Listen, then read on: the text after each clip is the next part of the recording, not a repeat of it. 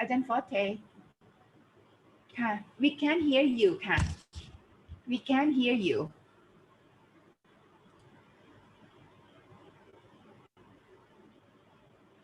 okay everyone let's share the screen one more time okay everyone um okay hello okay um okay let me go to the next slide everyone to put it simply everyone okay so qualitative research is a form of social inquiry. Social inquiry means we deal with social phenomenon, everyone, that focuses on the way people interpret and make sense of their life, their experiences, and the world in which they live, right? So everyone, there are 4 keywords here, social inquiry, okay? Actually, qualitative research and quantitative research deal with social inquiry, but they use different methods in order to acquire knowledge about social world.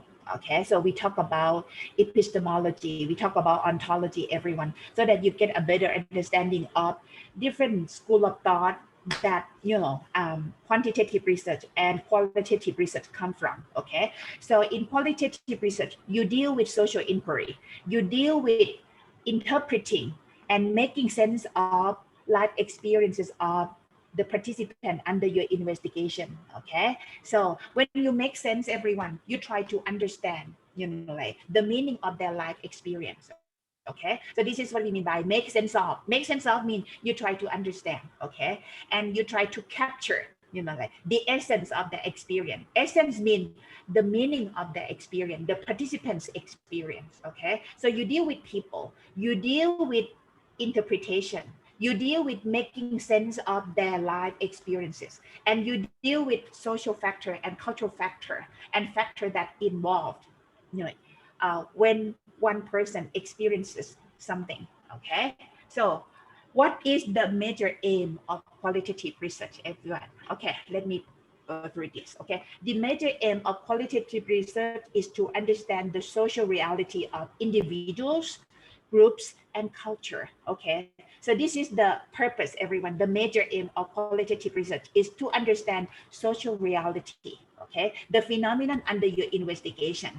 You try to understand social reality of individuals, so you can deal with a person, 2 person, 3 person, or groups of people. Okay, you may get involved with investigating, like perception or attitudes of groups of people, or you may try to understand a culture of a group of people. For example, everyone in education or in English language teaching, you can be new to the setting and you are interested in exploring a classroom culture of a particular classroom, everyone. So you enter the classroom, try to establish yourself as a participant, as an observation participant, everyone. You also participate, you also observe class because you want to make sure that in your interpretation, everyone, you draw your interpretation using different resources. For example, you include emic perspective, and then imic perspective, imic and ethic perspective, everyone. You include, insider perspective and outsider perspective in order to draw an interpretation. So, okay, so in qualitative research, you deal with insider perspective, everyone, and outsider perspective. It means, okay, in order to draw an accurate interpretation of one's life experience, meaning of one's life experience, you need to draw your interpretation using insider perspective. Insider perspective means perspectives of the people under your investigation, and ethic perspective, your perspective as a researcher. So you need to keep yourself a balance, everyone. You need to balance yourself really well. And that's why we need to talk about positionality in research, everyone. You need to position yourself really well so that you can claim that your interpretation is accurate, right? So it means in qualitative research, you combine insider perspective and outsider perspective in your interpretation, okay? So That's for you. Okay, everyone, let's move on to the next slide, okay? And if you can help me clarify these key terms, just jump right in, okay? So everyone, in order to make you understand the reading clearer, okay, I would like to clarify some terms to you, okay? You may find, may have already found these terms already in this reading, but you may find some of these terms in next readings, okay? So the first one, everyone, I would like to talk about ontology. What does it mean, everyone, when we're talking about ontology or epistemology, okay? Let me talk about ontology and epistemology, everyone. So ontology means, you know, how you perceive the knowledge, okay? How you think that, okay, how to acquire knowledge or social reality, okay? You think about knowledge out there, everyone, in the world, and you think about how to capture or how to obtain knowledge out there. That's what we mean by ontology, okay? You may go out there, outside, in order to talk to people, in order to interview them, in order to observe their activities, okay? That's ontology. But when we're talking about epistemology, everyone, epistemology is the concept, you know, of philosophy that describe, you know, how to capture or how to find reality, okay? How to assess, okay, whether the way that you acquire social reality is accurate or not. So in qualitative research or quantitative research, you need to deal with these two terms, everyone, ontology and epistemology. Ontology is, you know, like your concept about knowledge out there, okay? And how to find knowledge out there, how to seek knowledge out there, okay? And you try to come up with ways in order to seek knowledge or obtain knowledge out there, okay? So you may look at something from, you know, social constructivism perspective, okay? But when you start to see people, talk to people more, meet people more, you may change your perspectives about things, okay? That's what we mean by ontology. You try to seek knowledge, you try to obtain knowledge out there, you try to understand social reality out there using, you know, different methods in order to acquire or obtain knowledge. But when we're talking about epistemology, everyone, it's about the way in order to assess whether the way you go to seek knowledge is valid or invalid, accurate, appropriate or not, okay? So these are the two terms for you, ontology and epistemology. So what about positivism, everyone? Positivism, objectivism, naturalism, okay, everyone. These three terms, I explained them to you. What does it mean, everyone, when you saw the word positivism in this reading? What does it mean to you, positivism? It helps you understand, you know, how a quantitative researcher come from, where quantitative researcher come from, everyone. When we are talking about positivism, we are talking about ways in order to seek knowledge. It's all about proving causal relationship. It's all about ruling, you know, it's all about ruling out variables, you know, it's all about, you know, controlling the condition. It's all about proving causal relationship.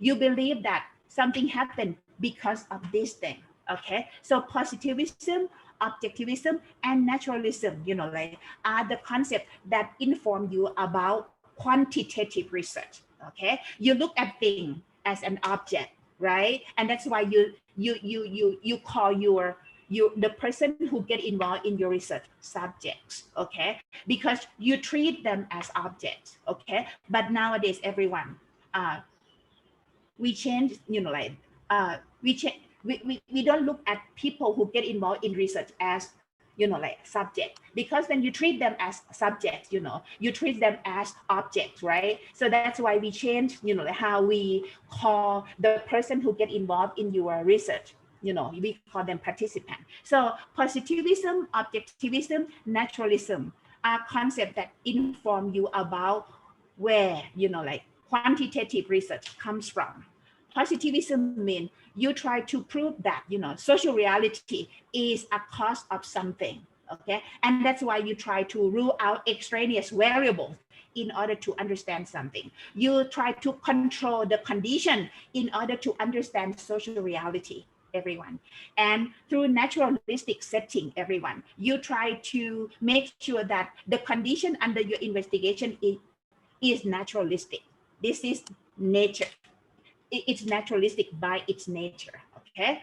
You try to make your investigation objective. Objective means the result must come from things that you try to control, things that you try to prove that this is the cause and this is the effect, okay? So that's positivism, that's objectivism, and that's naturalism, okay? Those are the concepts for quantitative research, trying to inform you that, causal relationship, okay? And you try to prove something using quantitative research methods in order to prove the relationship between or among variables, okay? You call things variables, okay?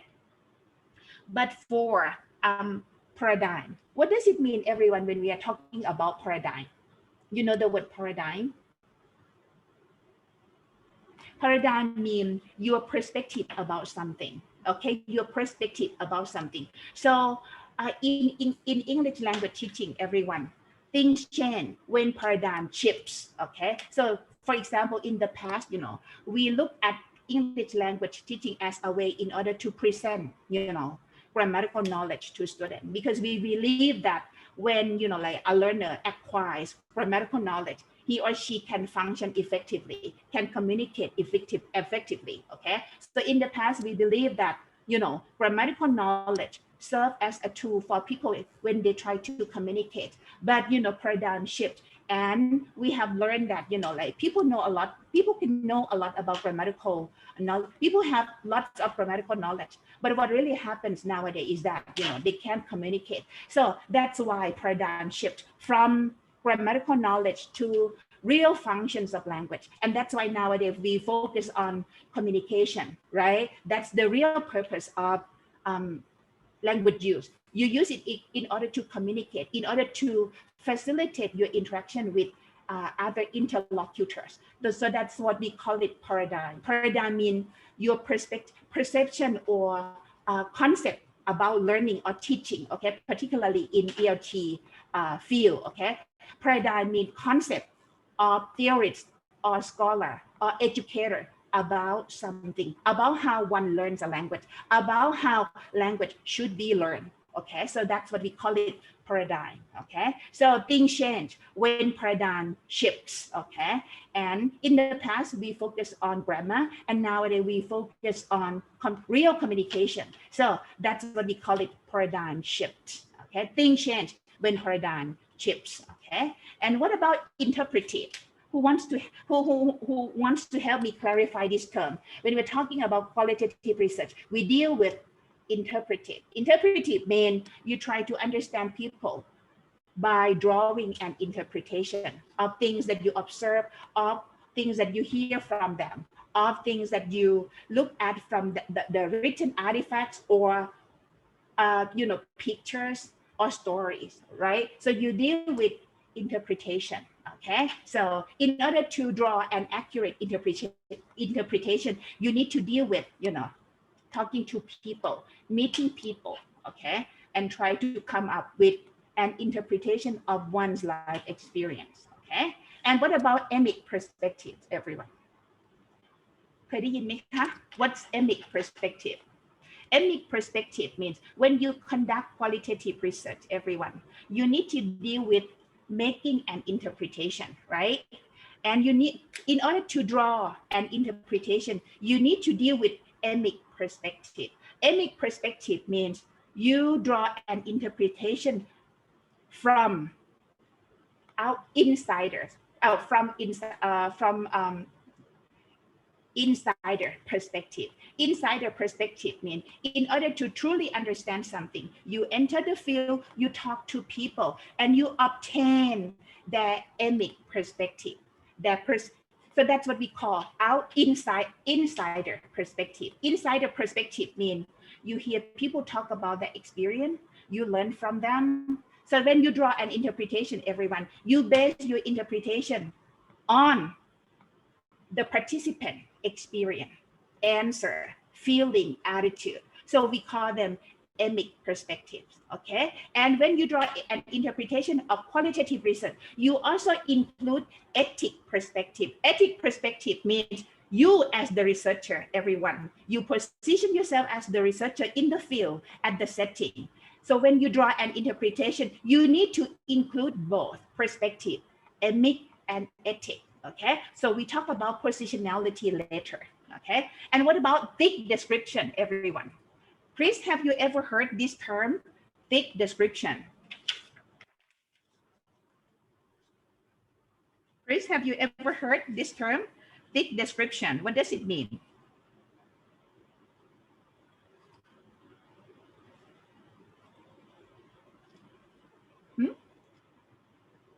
Chris, are you with us? Yes, Yeah. bro. I'm with you. Yes. Yes. Have you ever heard this term, thick description? No, I've never heard of this term. What about Lee Dan? Lee Dan, have you ever heard this term, thick description? Okay, a little bit. It just means writing some detailed narratives to explain the situations or the background of context. Thank you so much. Who else would like to jump right in and share with us? Okay, so that's another characteristic of qualitative research, everyone, that you need to deal with thick description. Thick description means in order to draw an accurate interpretation of one's life experience or the real essence of life experience of a person or a participant, you need to deal with thick description. Thick description means you draw an interpretation from different sources of data, everyone, different sources of data, right? You may obtain information from interview. You may also obtain information from observation. You may also obtain information from group discussion, for example. So you come up with thick description. So when you draw an interpretation, everyone, you draw an interpretation from different sources of data. This is what we call it, thick description. Thick description means in order to draw an interpretation, you make it based on different sources of data, right? So that's what we call it, thick description, okay? You may obtain information from interview. You may obtain information from classroom observation. You may also obtain information from focus group discussion. So you get lots of information before you make an interpretation. That's what we call it, thick description, okay? Understand? Okay. Another word, everyone, inductive approach, okay? Inductive approach is when you try to come up with the findings or the result, okay? Inductive approach means in order to draw an interpretation, you go from bottom up, okay? It's bottom up model, okay? You collect data, you analyze data, okay? You come up with transcription of your data, and you try to code the data in order to come up with themes as the result or as the findings of your research project. We call this inductive approach, okay? You draw an interpretation from collecting data, from analyzing data, from coding the transcription, from the focus group discussion, from the semi-structure, from the interview, from the classroom observation as well, okay? So in order to draw an interpretation, you draw an interpretation based on the data that you collect. We call it data-driven research, okay? Qualitative research, by its very true nature, it's also data-driven, everyone. Data-driven means you don't deal with theory.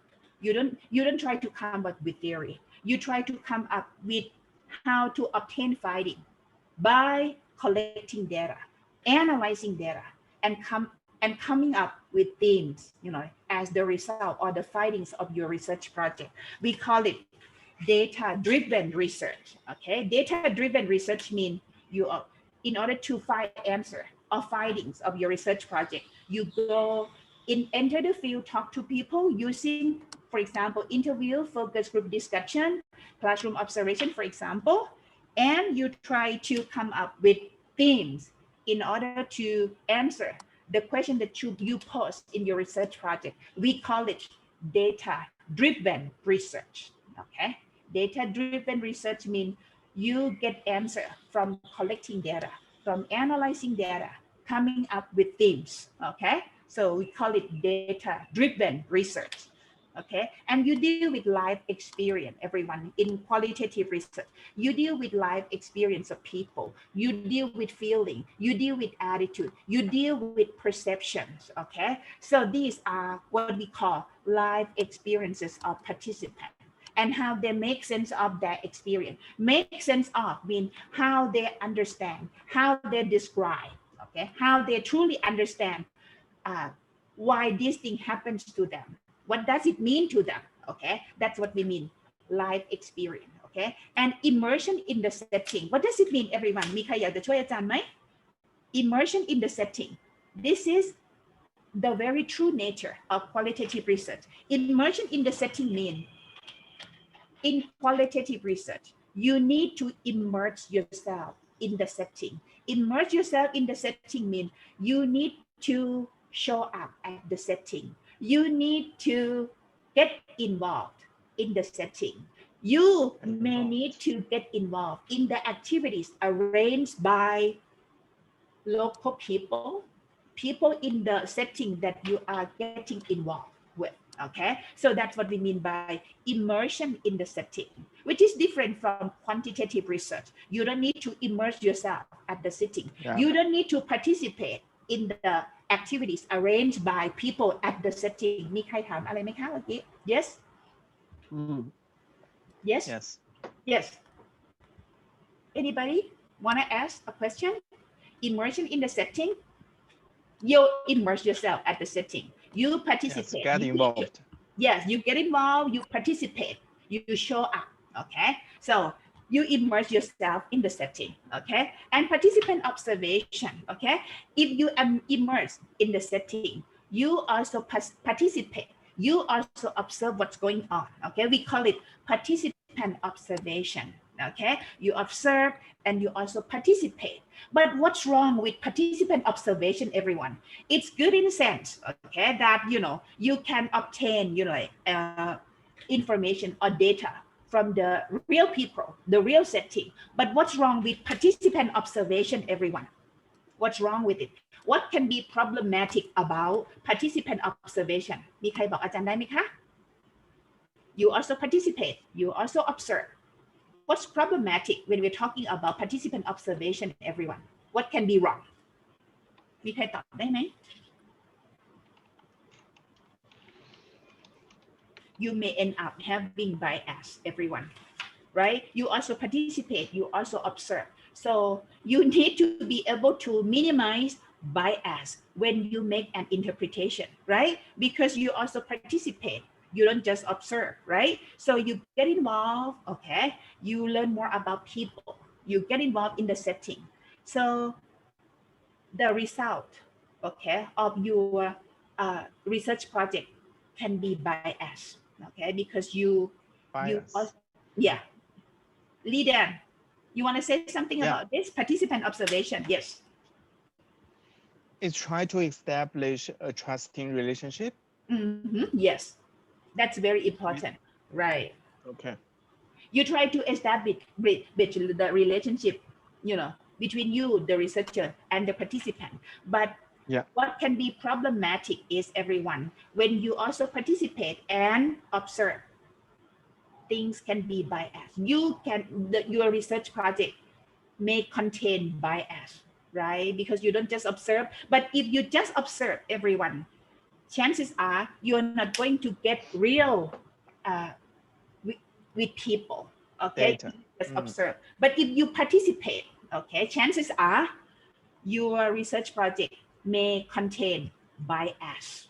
See? So you need to position yourself really well, okay? So everyone, when we're talking about qualitative research, we need to talk about positionality. Okay, so if any of you would like to conduct qualitative research project, everyone, in chapter 3, okay, research methods, you need to talk about positionality. How would you position yourself at the setting in order to make sure that you can rule out bias, or your position as the researcher will not affect the result or the data that you obtain from the setting, from the participant in the setting. Okay, so we talk about positionality later.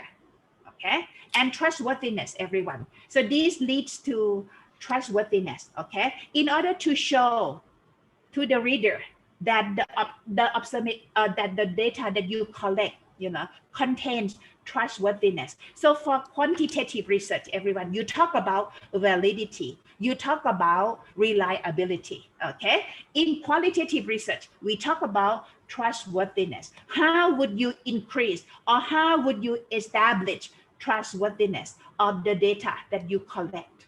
That this is the data that will help you answer the question that you pose in your research project. Okay, so in quantitative research, you talk about validity. In qualitative research, we talk about trustworthiness. For example, when you code and come up with themes, who else help you code the transcription? Who else help you see the themes? Do you come up with the themes by yourself? Okay, do you have intercoder, the person who helped you code the transcription and come up with the same themes? That's what we mean, trustworthiness. You try to establish trustworthiness. Okay, for example, you interview the participant, okay, and you come up with the transcription. You interview, you record the conversation, you come up with the transcription, okay, and you try to come up with themes by coding the transcription. Okay, and the question is about trustworthiness. Are you the only person who code the transcription? Okay, who else help you code the transcription? Okay, this is what we mean by trustworthiness, everyone. This is to increase the trustworthiness. Okay, or how the reader would trust the things that you show in your research project. Okay, and another thing, everyone, we're talking about triangulation in qualitative research. Okay, so triangulation comes in 4 different forms, everyone. In order to increase triangulation, in order to increase trustworthiness of your research findings, okay, you need to include triangulation. And in qualitative research, triangulation comes in 4 different forms. Okay, you may go for triangulation of data. Triangulation of data means you improve triangulation of your research project using different sets of data. Okay, different sets of data.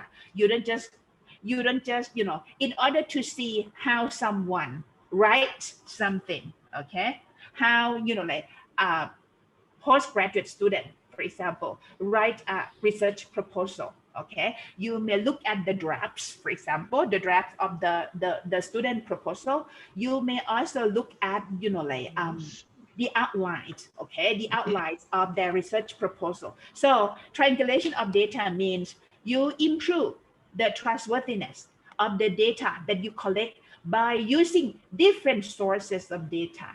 Okay, and number 2, okay, apart from triangulation of data, you may include triangulation of investigators. Triangulation of investigator, just like what I said about trustworthiness, everyone.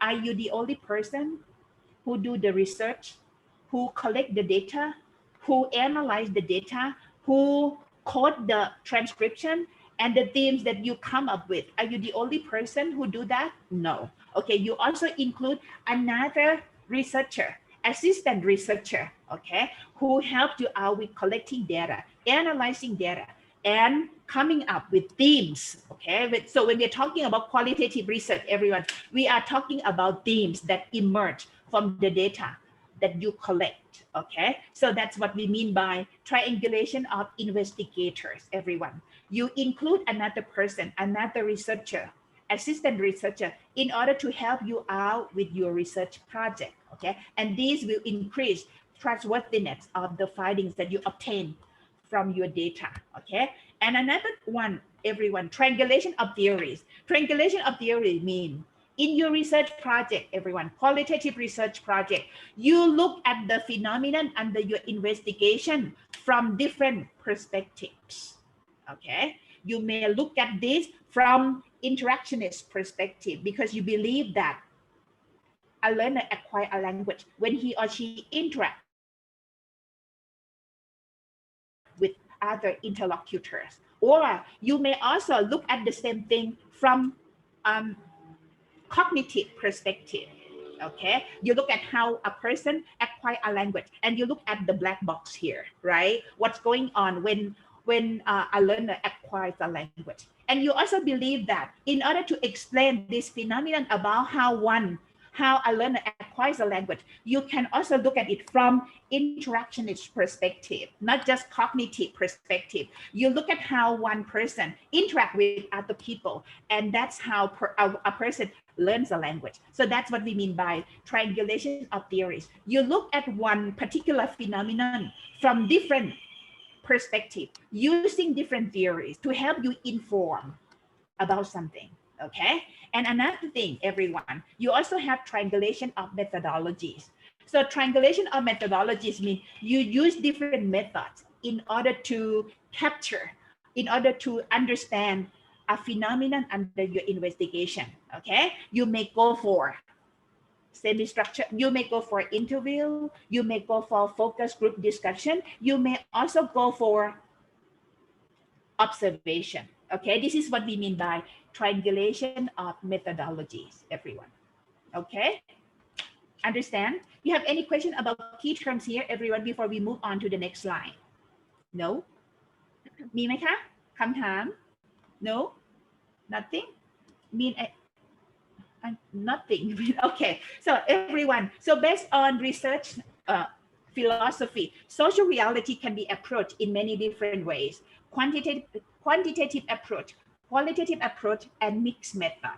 And my question is, okay, everyone, please help me clarify this.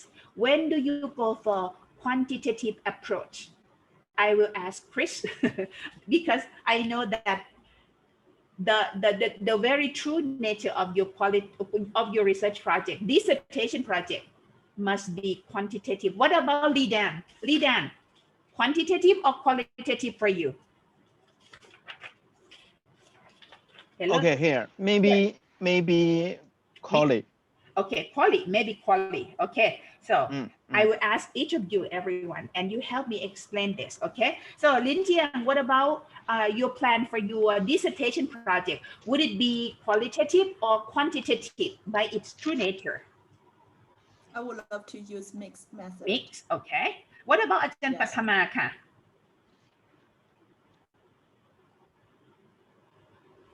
You go for quantitative, qualitative, or mixed method for your dissertation project?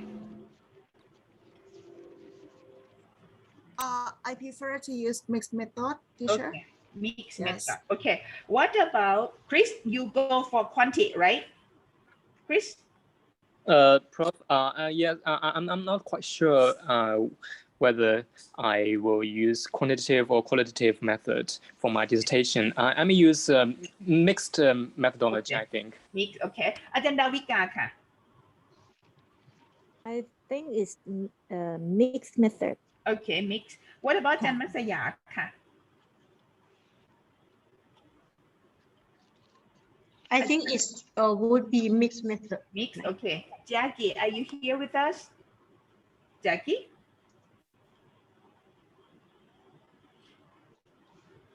ไปซะแล้ว อาจารย์ฟอร์เท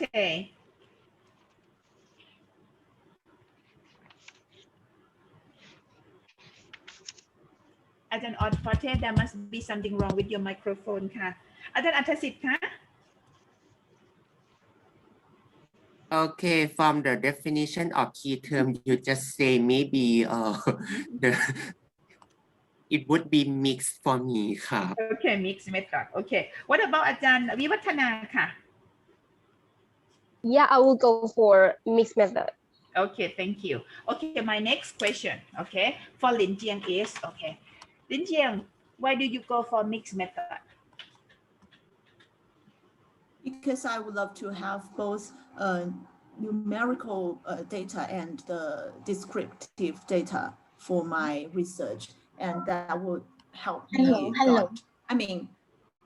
that will help me get the whole picture of my research result and help me interpret my research result more, trustworthy. Okay. Okay, thank you. What about, sorry. What about Ajahn Pattamata? Why do you go for mixed method?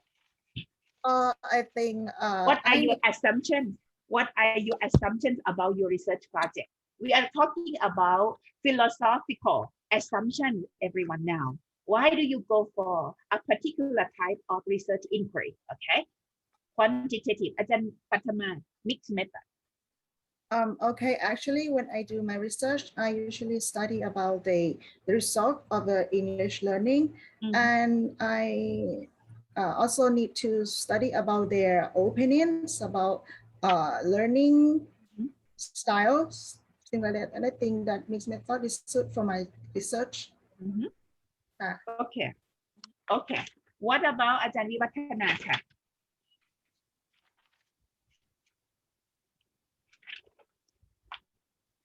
Why do you go for method? Yes, we are talking about philosophical assumptions of quantitative research, everyone.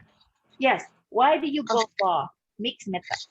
Because actually I need I need my project to be to have the data from the qualitative and quantitative, because we want to know the whole picture of the data. So we want to to see the good result or the best result from the research. That's why we want to see the mixed parts of the research. Yeah. Okay. What about Ajahn? What about Dan Lee? Why do you go for qualitative research? Okay, my choice, my stance is colleague. Yeah. The first reason a little bit funny, because I really want to cater to my supervisor. If his request is colleague, I use colleague. If his major is Conti, I use Conti. It just depends on him, not me. This is the first reason. It's not because of your supervisor. It's because of your research questions.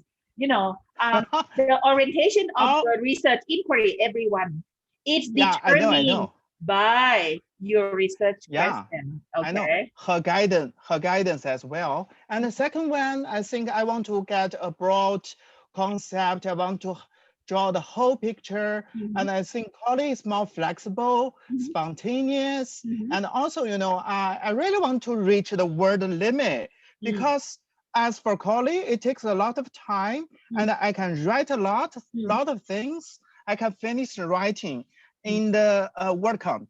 Okay. So Lee, Dan, could you share with us about your future research project? Your future research project, what would it be about? And you would like to go for qualitative inquiry? Maybe teacher education. I'm not quite sure about that. Nice. Teacher education. I talk about it this afternoon, everyone, in the seminar in English language teaching class. Okay? Wow, really? So please make sure that you guys join class, okay? Because I will talk about current issues and trends of research in ELT, okay? So that you know about paradigm shift, so that you know what's hot and what's not hot when it comes to ELT research, okay? So you also learn about research trends and methods, research methods used. Okay, good. Okay, everyone, I send you a link when it's close to class time, okay? Agenda we got, why do you go for mixed method? What are your philosophical assumptions about the phenomenon under your investigation? And for mixed method? Because my research is about connecting with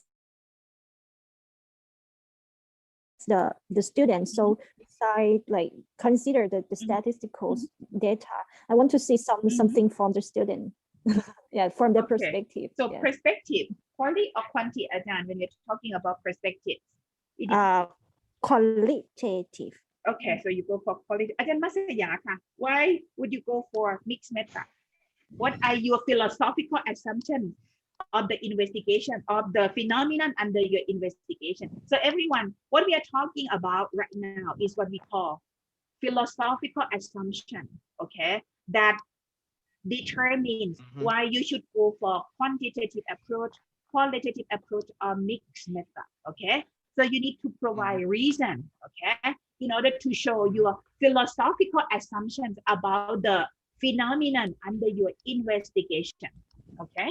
ค่ะ อาจารย์วศยา Okay, I think my future study is about how study the student learning achievement.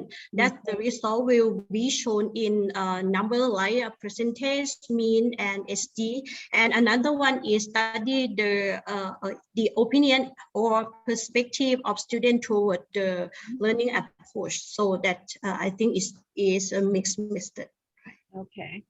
Okay, thank you so much, Ajahn. What about Jackie? Is here with us? Jackie? Ajahn Forte, and then Ajahn Athasit, Ajahn Forte. Fix your microphone,แล้วใช่ไหมคะ Okay, great, Ajahn. Yes, sorry, Ajahn. I forgot that I use headphone, but my headphone no microphone. Okay. For me, I prefer to focus on a qualitative research. Why do you go for qualitative research? Because I think this method it helped me to understand people in the reason, opinion, and motivation, and I want to find a motivation for my student. So for in this phenomena, I think we have to concern about the feeling of the student first. Yes, as you see that we have the problem about the COVID-19. So I think nowadays the teacher should care about the feeling of student first, more than the result of anything. So I will try to understand and find the idea. I just focus to the idea to develop my teaching. Okay, great. So so you go for qualitative because you would like to obtain you would like to investigate, student opinions, feelings, or attitudes, or perception about something, right? And that's very qualitative by its very nature. Okay. And what about Ajahn Athasit?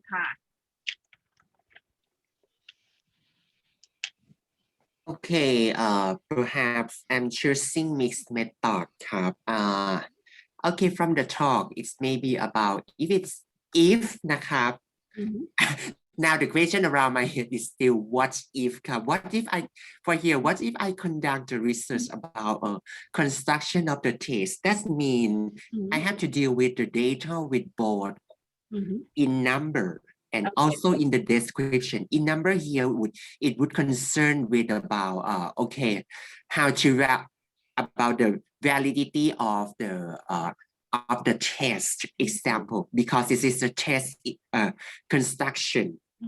Okay, after I got the validity in terms of number, okay, and then what about it would go to the qualitative perspective. For example, we will talk about, okay, we may have to interview about what's happened. One student do the test. It may be from the interview, and another one is maybe from the observation during conducting the test. This may draw conclusion from a variety of sources of data. Okay, thank you so much. So you plan to write the test, to implement the test, and then perhaps. How the student react or respond to the implementation of the test that you have come up with, right? Yes. Thank you so much, and that's very that's mixed method, okay? And let's move on to the next part, everyone, about this, the paradigm debate for qualitative research, okay? I would like you to show your opinion about this excerpt, everyone. Qualitative research in all its variations, okay? Okay, sorry, this one first, okay? Okay, the paradigm debate for qualitative research. So social researchers today often claim that a paradigm shift in social science has occurred in the same way in which Kuhn discussed it, okay? A whole worldview is linked to the new paradigm. They attack the positivist stance for its emphasis on social reality as being out there, separate from the individual, and maintain that an objective reality independent of the people under study is difficult to grasp. Everyone, what's your take on this, everyone? What's your take on this about the conflict or the debate about qualitative research and quantitative research, everyone?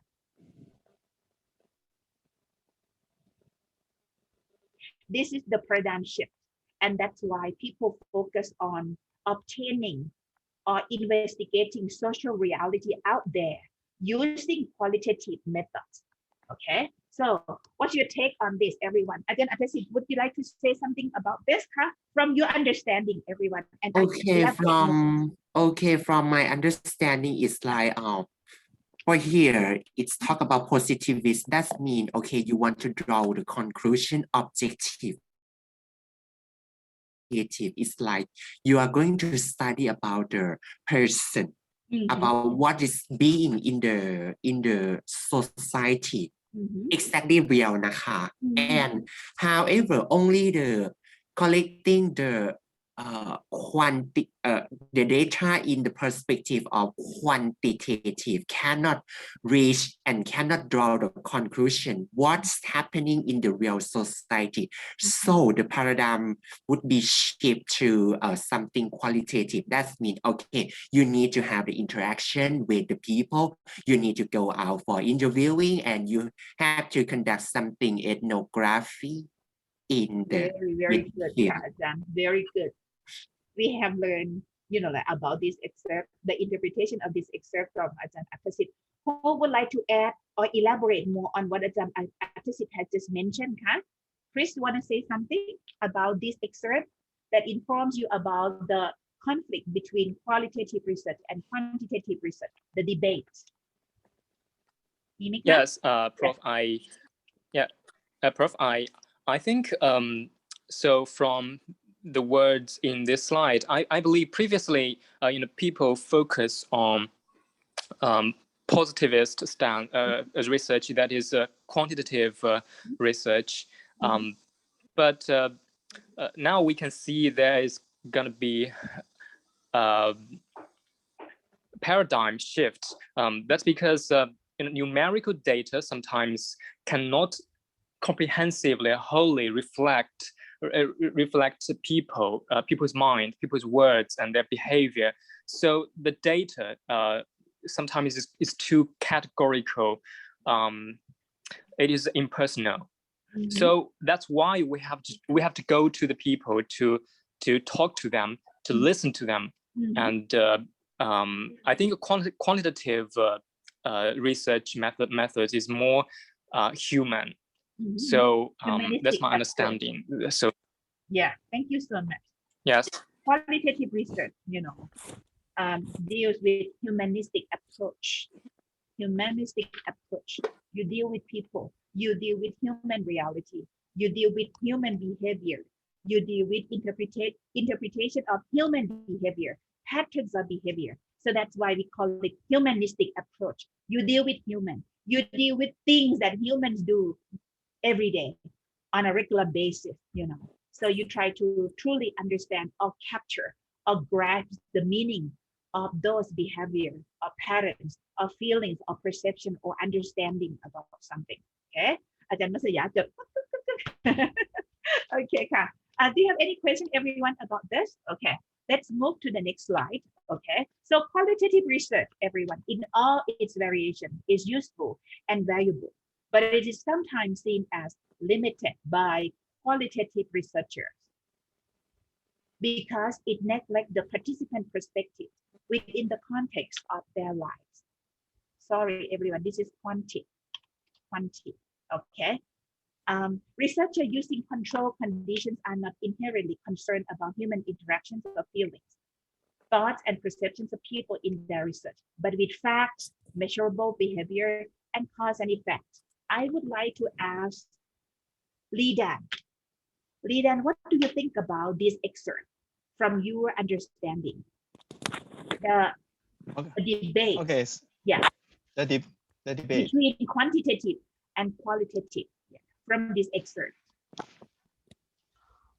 It neglects the participants' perspectives within the context of their lives.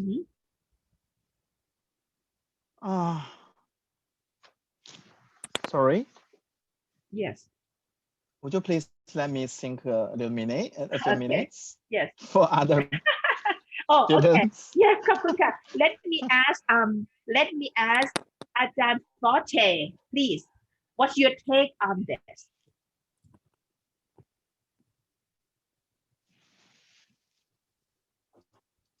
Sorry, about the quantitative or qualitative? This one here. Quantitative research in all its variation is useful, but I think my signal is very bad now. Just a moment. I can't hear you, Ajahn. Ajahn Pathamaka, Ajahn Vivatana, please, sorry. Ajahn Vivatana, how would you interpret this excerpt about the conflict or about the debate of qualitative research and quantitative research?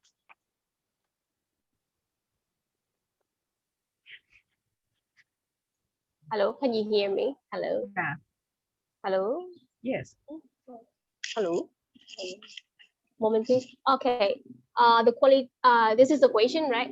So, for me, I think the qualitative research is like when you want to quantitative research, but we want to know something about the range or maybe the number of the data, or something about it's about something about the scientists, or something about the exactly rates, or for about qualitative research. So you want to focus on the feeling, perceptions, or about how did they feel. So it's like apps, or is so we can sometimes we cannot use like the number to define that the data. So the data. So we have to know more, or to do some like scale, or to do some method how to define that data. Yeah, so maybe it's about more deep detail in that research. Yeah, for me. Okay, thank you, Ajahn. What about Ajahn Pathamaka? What's your take on this?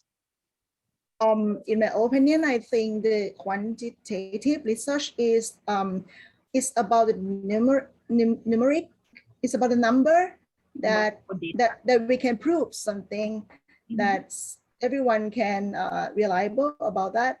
But sometimes if we want to study deeper about the people opinion, ideas, or something else, the qualitative research is going to be helpful, more helpful than the quantitative research, I think. Sometimes we have to learn about the real situation that's about the environment, about something like the culture, that quantitative research cannot do. Okay. Yes, in my opinion. Thank you, Ajahn. Thank you so much. Okay. Yes. Ajahn, let me ask. Yeah, let me ask something. I think the downside of quantitative method is that they average out responses across the whole observed group of participants, and by working with concepts of average, it is impossible to do justice to the subjective variety of an individual life.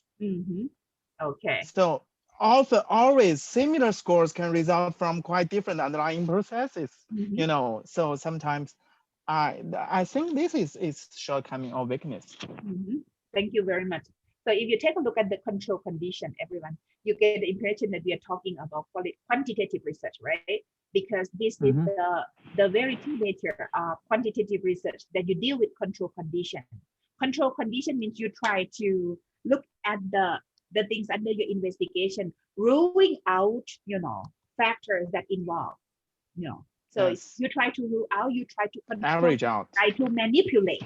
Yes, you try to manipulate using control conditions. And what you try to prove is that, okay, this is the causal relationship. Okay, you want to prove that this result in this. This is an effect of this. Okay, so that's the very true nature of quantitative research. It's all about showing causal relationship. But everyone, when it comes to numerical data, okay, if you go for quantitative research and quantitative research only, okay, you may come up with numerical data, but the thing is, your research project can be really dry. Okay, this is the word for that, everyone. It can be really dry because the only thing you see is number. Okay, but you also, everyone, when you are trying to understand something, when you are trying to capture the meaning of something, when you are trying to understand the phenomenon under your investigation, everyone, you need to include, right? When in order for you to truly understand, you need to include factors that involve in the process of how someone go through what some experience. For example, everyone, when you're trying to understand why someone is doing something, why is he doing, why is he doing what she is doing? Okay, understand that? You try to, you look at one person and you try to understand why this student is doing what he is doing. Okay, understand that? You want to know why he is doing what he is doing. You really need to interact with him or her. You really need to talk to her. You really need to, understand more about him or her. You really need information about demographic information. You need you need to talk about that person, and ask about educational background, for example, political background, for example, social background, for example, family literacy, for example. Okay, so this is why quantitative research cannot grasp the essence of meaning of one's life experience. Yes, overly simplistic. Yes, yes. Thank you. And that's why qualitative research is interpretive and descriptive. Okay, interpretive means you try to understand the phenomenon under investigation by drawing and interpretation. Okay, so these are the questions that you may need to ask yourself. Why does the phenomenon come out? Why? How does it unfold over time? How does it change over time? Okay, what changes led to what are the changes? Okay, so these are the questions for interpretive. Okay, and the question for descriptive, what kinds of varieties does the phenomenon appear in? What aspect does it have? Everyone, so let's stop here. Okay, I would like you to think about the true nature of qualitative research, which is interpretive and descriptive. Okay, so I'm going to ask you one by one, everyone. Okay, think about things that you would like to explore and try to come up with questions about that situation or phenomenon. Okay, starting with interpretive. Okay, why does the phenomenon come about? For example, everyone, you wanna, okay, you are in a classroom and you try to investigate why students could not speak, given that they have lots of grammatical knowledge, they know a lot about vocabulary. But the question is, okay, you are in class trying to teach them and you get the feeling that they can't communicate. Okay, so for interpretive, everyone, you try to answer the question, why can't my student communicate, given that they have lots of grammatical knowledge and they have lots of vocabulary knowledge? Okay, how does it unfold over time? So you try to look at the case, the participant, and you try to study the case, for a certain period of time. For example, 1 semester, 2 semester, 1 year, for example, and you try to see changes over time. For example, so how does it unfold over time mean? How does the situation change over time? Okay, so everyone, I would like you to come up with a problem or things that you see in your classroom, English classroom, okay? And you want to interpret that situation using qualitative research. Mention one thing that you would like to investigate and start asking your question about why, okay? Why? One thing, everyone, about why. Because you want to interpret the situation using qualitative methods, okay? I give you 2 minutes, everyone, to think about a situation in your classroom where you try to understand why this happened, okay? Why this happened. One thing, okay? That's interpretive.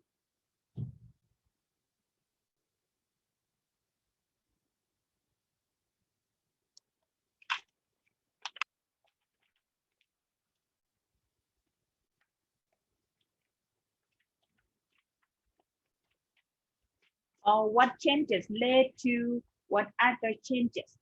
Led to other changes. What changes led to other changes? Okay, sorry. One thing that you see in your classroom and you try to understand why. Okay, that's the starting point, everyone, when we are thinking about research project. You start asking yourself question, more question, and more question. Okay, why and how? Okay, why and how? And anybody want to answer? Let's start with me. ตอบได้หรือยังคะ Let's start with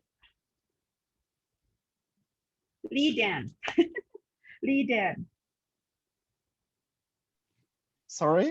Yeah. Ajahn, Yeah. Please give me a Sorry. few minutes. Sorry. Okay, everyone, I give you 5 minutes. Okay, 5 minutes. Trying to come up with one question about why something happened in your classroom. Why this student is doing what he is doing, or why student behave this way. Okay, but be more specific about the situation. Okay, because I'm giving you a very general situation. Okay, but try to be more specific about the situation under your investigation. What are you looking at? What are you trying to understand about this situation? Okay, why? Okay, let's start your question with why.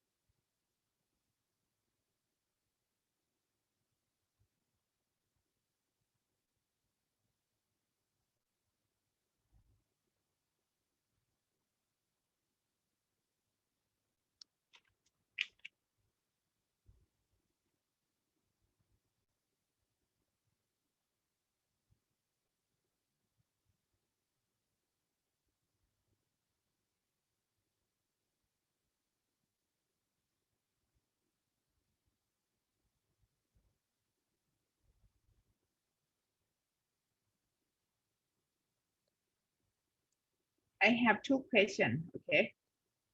For interpretive, this is for me, okay? Number one, why do my students sleep in class? Okay. Number two, how would I go about keeping them awake? See, everyone. So you see the interconnectedness between the two questions.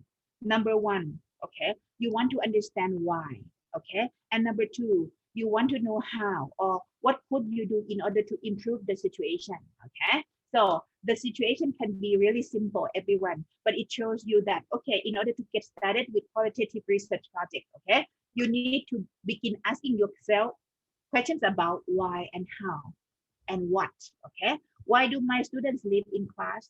Why do my students, and how would I go about keeping them awake, okay? How would I go about making them alert in classroom, okay? Got it, everyone?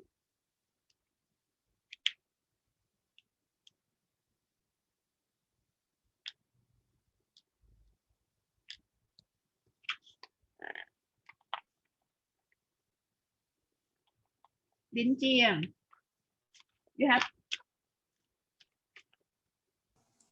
did you come up with a question? Lin Jiang, please, okay? Lin Jiang.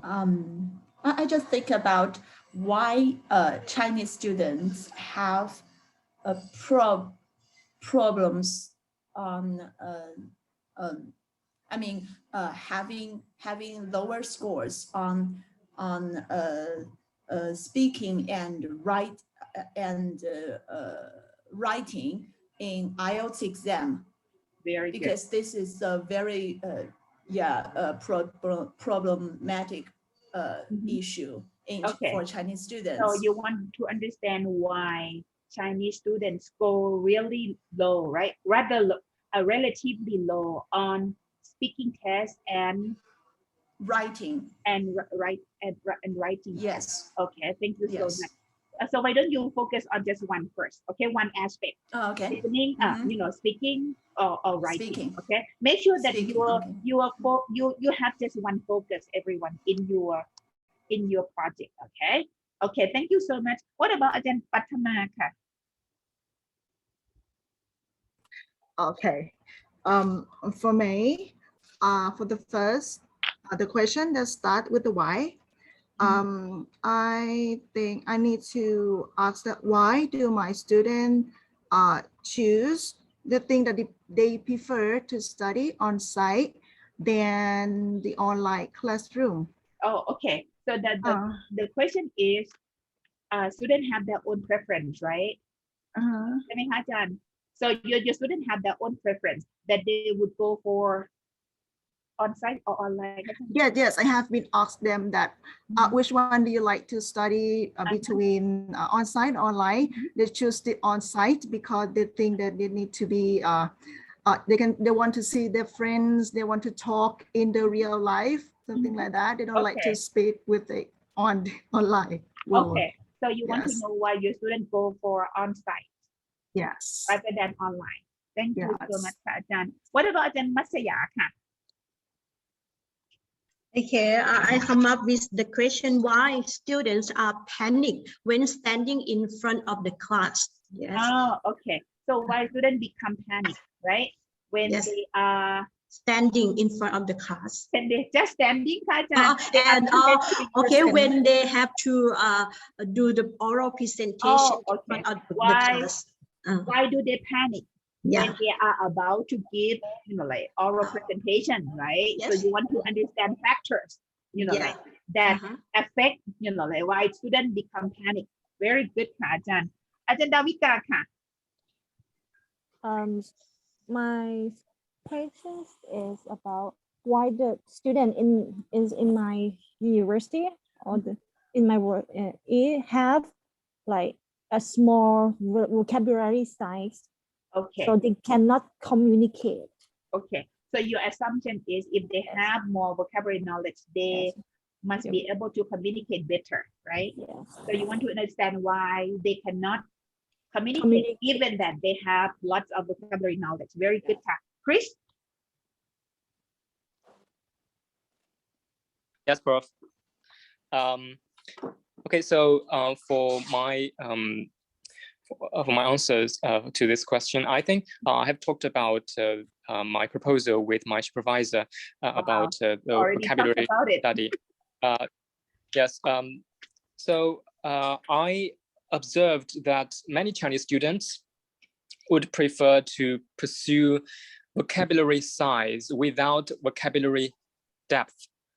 So I want to look at why Chinese students would use some English words which are in Chinese sense opposite or not proper.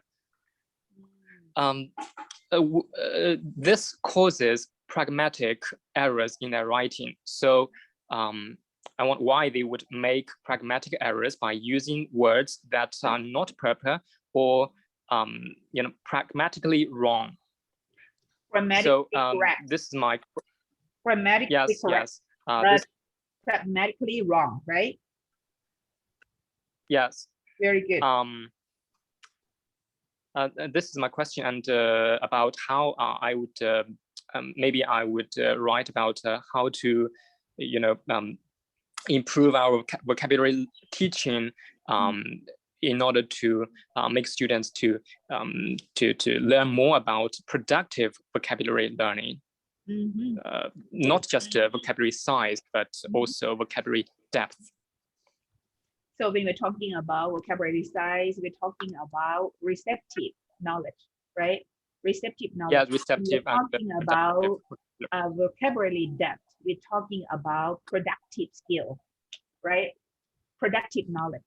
Yes. How they would go about producing the language. Okay, using the vocabulary that they apply. Very good. Okay. Ajahn Vivathana. Yes. Yes, for me, I think actually, first of all, I would like to answer your question about the research. I think first of all, for your example, you said that about why the student like sleeping in your class, right? Or and some student like how to do that. So I think first of all, you have to focus on the student intention and motivation. I think they lost some motivation because some students, as I see, they lost motivation in learning English. They don't know what to do further in English, or maybe what to do about what to use English in the future. So I think this is the big problem in my student too. So when before my class, I still open something like in YouTube or to make them like to motivate them. For in my case, in my university, actually I do I am the member in language center. We do many activities like seminar about like test seminar and activities like English camp. So I also see the problem or the difference from two of activities. The first one is like the tutor, or maybe we do because on grammar, reading. So for example, we said 100 students have to go for this, but in the exactly day, only 10 of students join this class. But for the English camp, we do activities. We have like foreigner teacher or foreigner staff, like 10 staff of foreigner. We said 100 students, and then they go for these activities about 90%. So we just wow. So how? So we just see the motivation from students. So I think we can focus on motivation and like intention and goal for learning. Yes. Okay. So students seem to be demotivated when it comes to English learning, right? They see no reason why they have to study English, right? Especially in remote areas, where find it very difficult. No, I mean they hardly see the importance of English because they don't know when they're going to be using English, right? Because in Thailand, English is used as a foreign language. So you get to use it when you meet foreigners, right? People who can't speak Thai, right? So especially in remote area, they hardly see foreigners. So they really Yes. see the importance of learning English, right? And they become demotivated, given that, English is really important nowadays, okay? Thank you so much, Ka. What about Ajahn Atasit, Ka?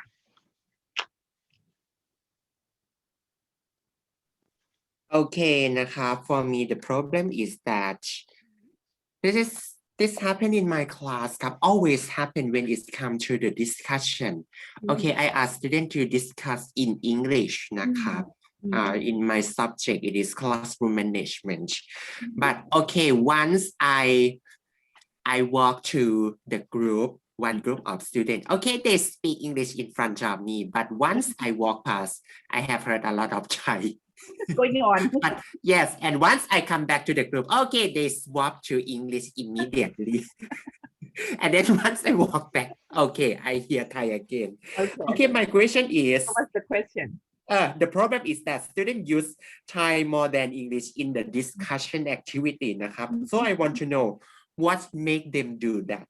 Why students use Thai more than English in the discussion station, especially in the group, even though they can speak English very good, but they still use Thai. Right. Thank you so much, Ajahn. Thank you so much. That's interpretive. Okay, and we go to descriptive, and I will combine them and let you know, the differences between them when you try to interpret a situation and you try to describe a situation. Okay. What about Lidan? Okay, sorry for the wait. That's okay. We have a Okay. chance to learn from, other. Okay, so I really want to investigate my students' listening anxiety in listening courses, in English language. I want to investigate their listening anxiety. I am planning to use mixed methods, Conti and Colley, to investigate this matter. Okay, so what's the question? You try to interpret, asking the question about what and why. Why and why. What are the students' perceived methods of reducing their level of English listening anxiety and enhance their English listening proficiency? Okay, very good. So you start your question with what and why, right? Very good. So and how does anxiety affect the listening process? Very good. So those are questions about what, how, and why. Okay, which are the very important question when you start thinking about, conducting qualitative research. You ask yourself question about how, what, and why, everyone, because you want to find out something. Okay, it can be interpretive, it can be, the situation can be interpretive, or the situation can be descriptive. Okay, what about Ajahn Forte, please?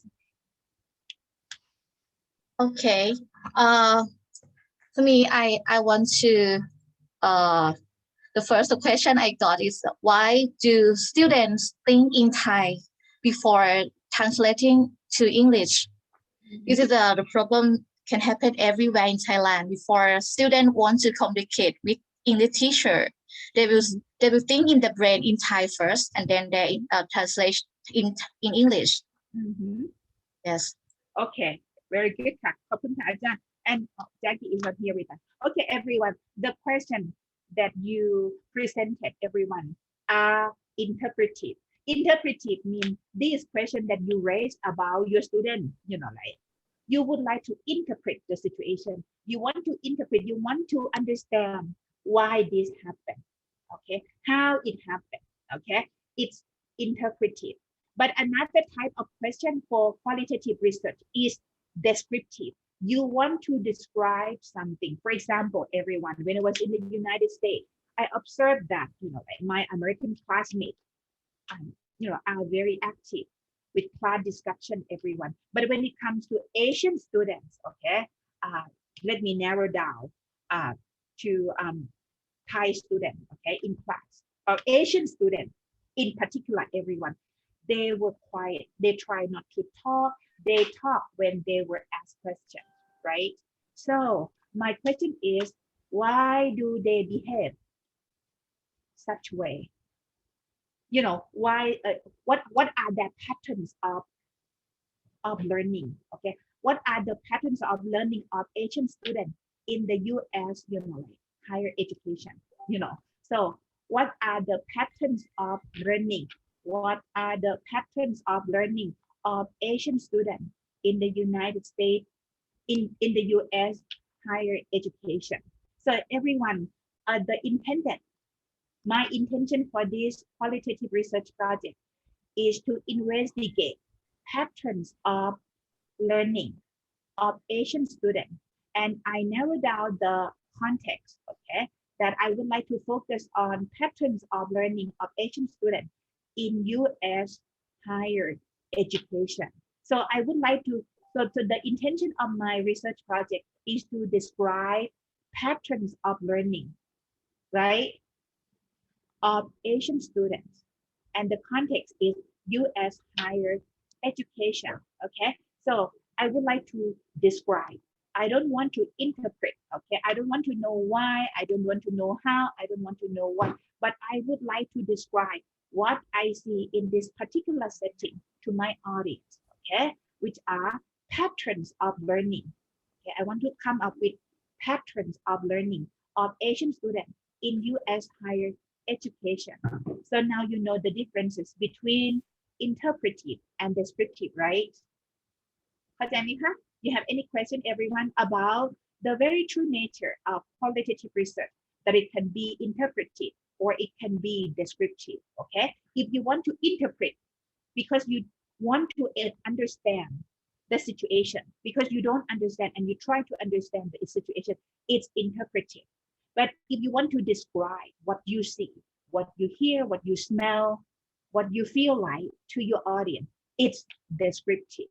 Okay, so when we get to read more research articles, everyone, you see that that some articles are really interpretive and some can really be descriptive. Okay, so this is for your information, everyone, about qualitative research.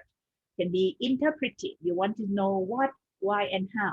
But descriptive, you want to describe things that you see in a particular setting, okay, to other scholars, to other educators, to theorists, to practitioners, okay. The contribution of your knowledge about particular field, okay. And everyone, okay, let's talk about this, everyone. These are the notions of qualitative research, okay?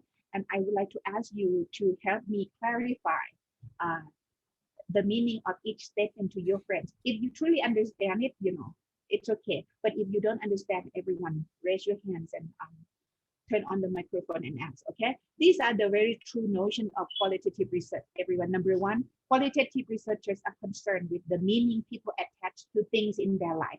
So when we're talking about meaning, everyone, we are talking about how participants make sense of their life experience, how the participant perceive the meaning of their life experience.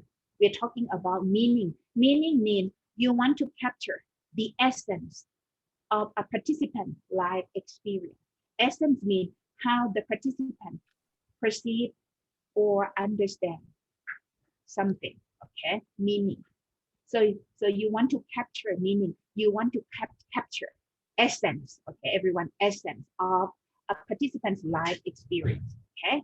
And number two, qualitative research is inductive. As I said, everyone, in order to draw an accurate interpretation, you need to collect data. You need to analyze data. You need to come up with themes in order to answer the question that you pose for your research project. So qualitative research can be really inductive, okay? Bottom-up model, okay? And number three, in qualitative methodology, the researcher looks at settings and people holistically.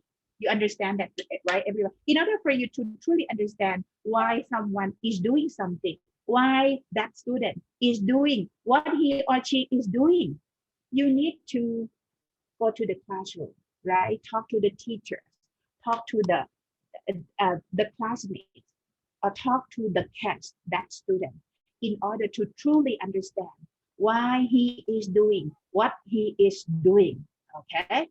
So you really can rule out these factors, everyone, when you try to understand the essence of something, of someone's life experience. You need to include factors, like around this person or persons, okay? And number 4, qualitative researchers are concerned with how people think and act in their daily lives, everyone.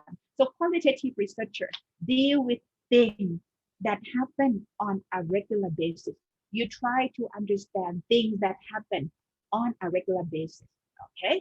And next, for the qualitative researchers, all perspectives are worthy of study. It means you can rule out extraneous variables the same way quantitative researchers do, everyone.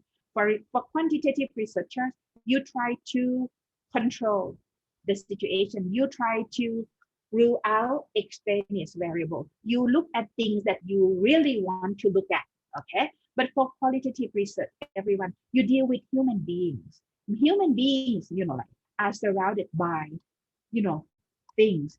They are who they are because of these factors, okay?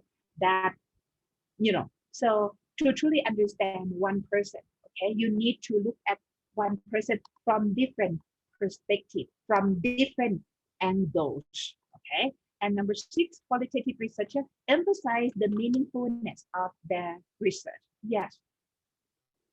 And number 7, for the qualitative researcher, there is something to be learned in all settings and groups, everyone.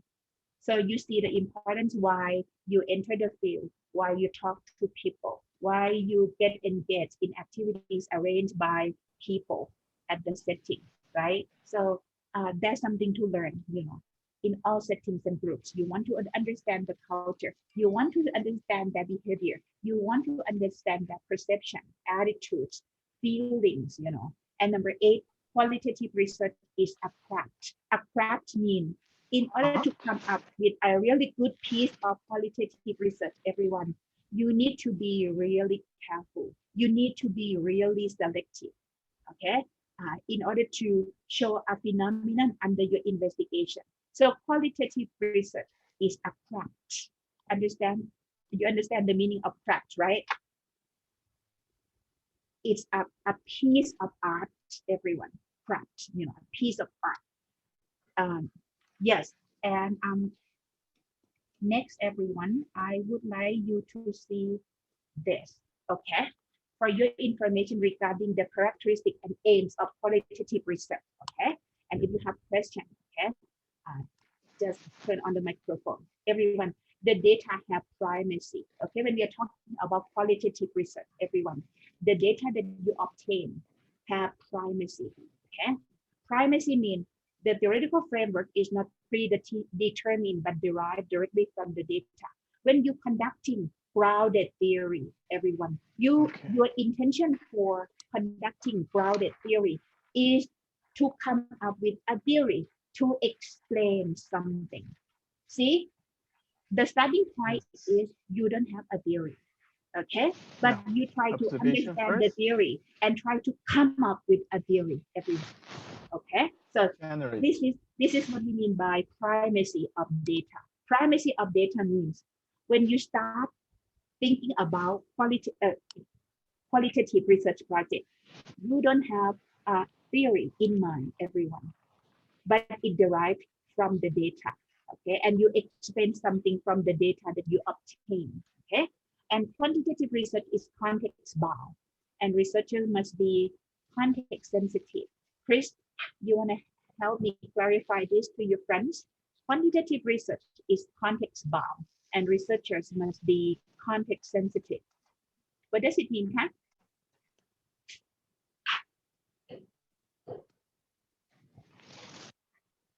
I can understand that, right? Context bound, and researcher must be context sensitive. Okay. For qualitative research is context bound and researcher must be context sensitive. Is that okay? You are as a qualitative researcher, you need to understand the context. You are going to collect the data. You need to understand everything around you. For example, if you walk to the temple This is I see from the example. If you walk to the temple and you find you didn't find the announcement like no gun and no weapon allowed in the temple. If you don't understand the context, you may draw the conclusion that you can have the gun in the temple, but in the real world, Thai people have the, how would I say, have the common sense that you shouldn't have gun in the temple already. So if the researcher don't understand the Thai custom and the Thai culture, they may interpret that, okay, you can have gun in the temple. Okay, thank you so much, Kajana. Can this be the example? Yeah. Another thing is when we're talking about qualitative research with context bound means, in order for you to truly understand,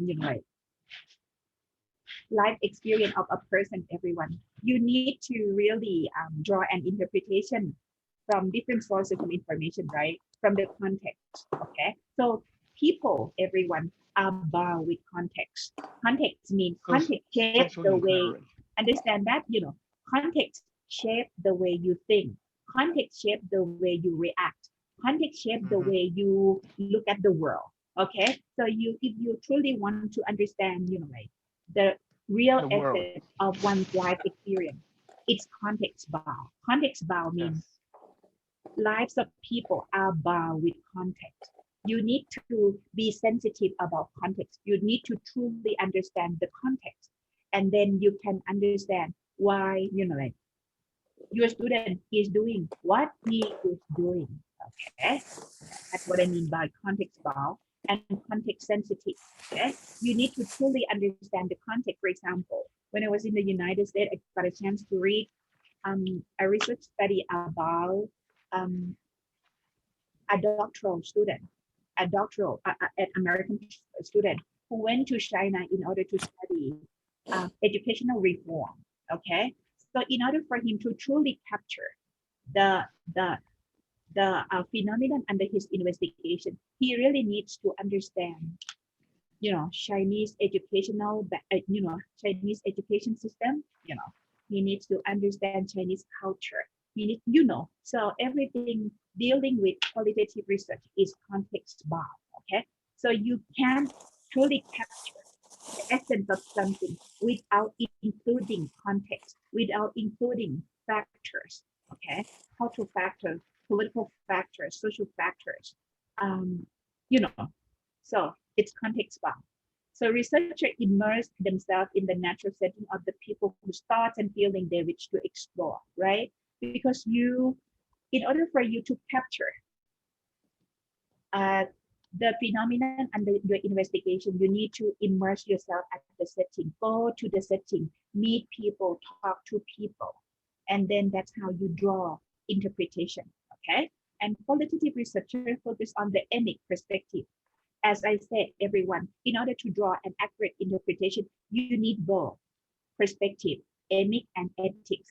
Emic perspective means insider perspective of people under your investigation, and your perspective as a researcher. So you need to keep balance between your perspective and your participant perspective. Okay, the combination of emic perspective and ethic perspective. Understand that? Okay, and another thing, everyone, qualitative research, qualitative research use thick description. Okay, thick description means in order for you to draw an accurate all kinds of data, right? You utilize, you draw an interpretation from different sources of data. Okay, so that's how we come up with the term thick description. Okay, and the relationship between the researcher and the research is close and based on the position of equality as human beings, everyone. So very different from quantitative research, everyone. You need to establish your relationship with the participant. But in a way, you need to position yourself really well that your position is not going to affect the data that you obtain, right? Because you want to minimize bias and you want to establish trustworthiness of the data that you collect. that it will yield, practical result, right? So you need to be careful aboutอะไรนะคะที่สอนไป positionality. Okay, your position as the researcher. Are you going to be just an observer, or are you going to participate, or are you going to do both, observe and participate? And why did you go for observer participation, or why did you go for participant observer? See, so you need to be really careful about your position as a researcher when you immerse yourself at a setting. Okay, and data collection and data analysis generally proceed together. When you collect data, you also analyze data at the same time, everyone. Okay, very different from quantitative research. Okay, you wait until everything is done in order to analyze data. But when you conduct, like qualitative research, you obtain data and you start analyzing data at the same time. Okay, and you don't need this, everyone. Actually, I have gone through this with you already. Okay, I have gone through everyone. Okay, let's take a look at this. I would like you, everyone, to Ajahn Forte, I would like to separate you guys in smaller rooms. Can we do that? Okay, I will try. I will try. Can you do that? Ajahn Simon is very, I will try because normally I use MS Team to break the channel, but now, okay, we have. Yeah, but can we do that? Everyone, I would like to put you in three different groups. Okay, responding to the question. How many rooms you want, Ajahn? About 3. 3. About 3. Okay. And I have to assign a member. Yes. Okay. Lin Jiang, Patama, and Chris in the same room, please. Room number 1. Masaya, Atasit, and Leader. Okay. Room number 2. Davika. Okay. Vivatana. Forte. Room number 3, please. Okay. And how much time do you need, everyone, for this activity? Okay, we have 4 questions. Everyone, before we move you to smaller rooms for class discussion, I would like to go over the question with you to make sure that you truly understand the intended message in this question. Okay, question number 1, everyone. Is qualitative research used in practice or only in academic research? You understand the question, right? And number 2, I've heard that qualitative research is more inductive rather than deductive. What does that mean? And number 3, qualitative research seems to always involve people. Is that true? And number 4, what are the limitations of qualitative research? Okay, so I put you in 3 different smaller rooms for class discussion. Okay, you're gonna be spending about, how much time do you need for this activity, everyone? How much time do you need? 10 minutes, okay, with the 10 minutes. So right after that, we come back to the main room, okay, Ajahn? Okay, I'll street now. I let everybody choose the room and Ajahn assign already, right? Okay, for me, I choose room number 3. Okay. Lin Jiang, Patama, and Chris. Okay, Lin Jiang, Patama, Chris. Room number 1. Yes. Masaya, Atasit, Lidan. Room number 2. And Davika. Davika.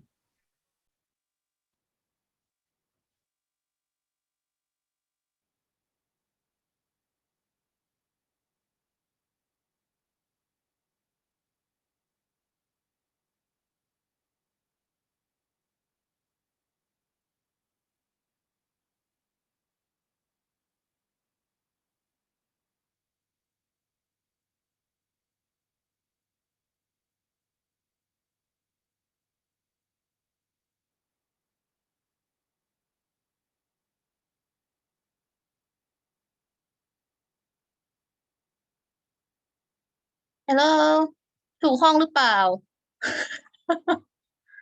มาแล้วค่ะ เอ้ยพี่เป็นโฮสต์แล้วเวลาพี่กับพี่มาอย่างนี้เขาก็รันได้ใช่ปะ ตอนนี้มีเรา2 คนใช่ไหมคะ อ๋อห้อง number 3มีเรา มี อีกคน ดาวิกาด้วย น้อง ค ดาวิกา แล้วมีต่างชาติไหม ไม่มีค่ะ อ้าวไม่มีจริงเหรองั้น ไม่มีค่ะ เดี๋ยวนะคะเอ๊ะเปลี่ยน 10 นาที เดี๋ยว question แรกเลยไม่ได้แคปไว้ เอ้ยพี่แคปแล้วพี่แปะลงไปแล้ว เดี๋ยวนะ พูด พี่ ไทย แปะ ได้ ลง แล้ว ไป ดี แล้ว ใจ เดี๋ยวมีแค่3 คนจริงนะ เดี๋ยวแจ็คเข้ามาแล้วงง เดี๋ยวนะ ตอนนี้เรามีกี่คน อ๋อห้องมี3 คนหรือเปล่าคะ โอเค ใช่ มา 3 คน แล้ว ค่ะ question แรกอะไรนะ อะไรวะอย่างวะเดี๋ยวอะไรเนี่ยin qualitative research used in practice or only in academic research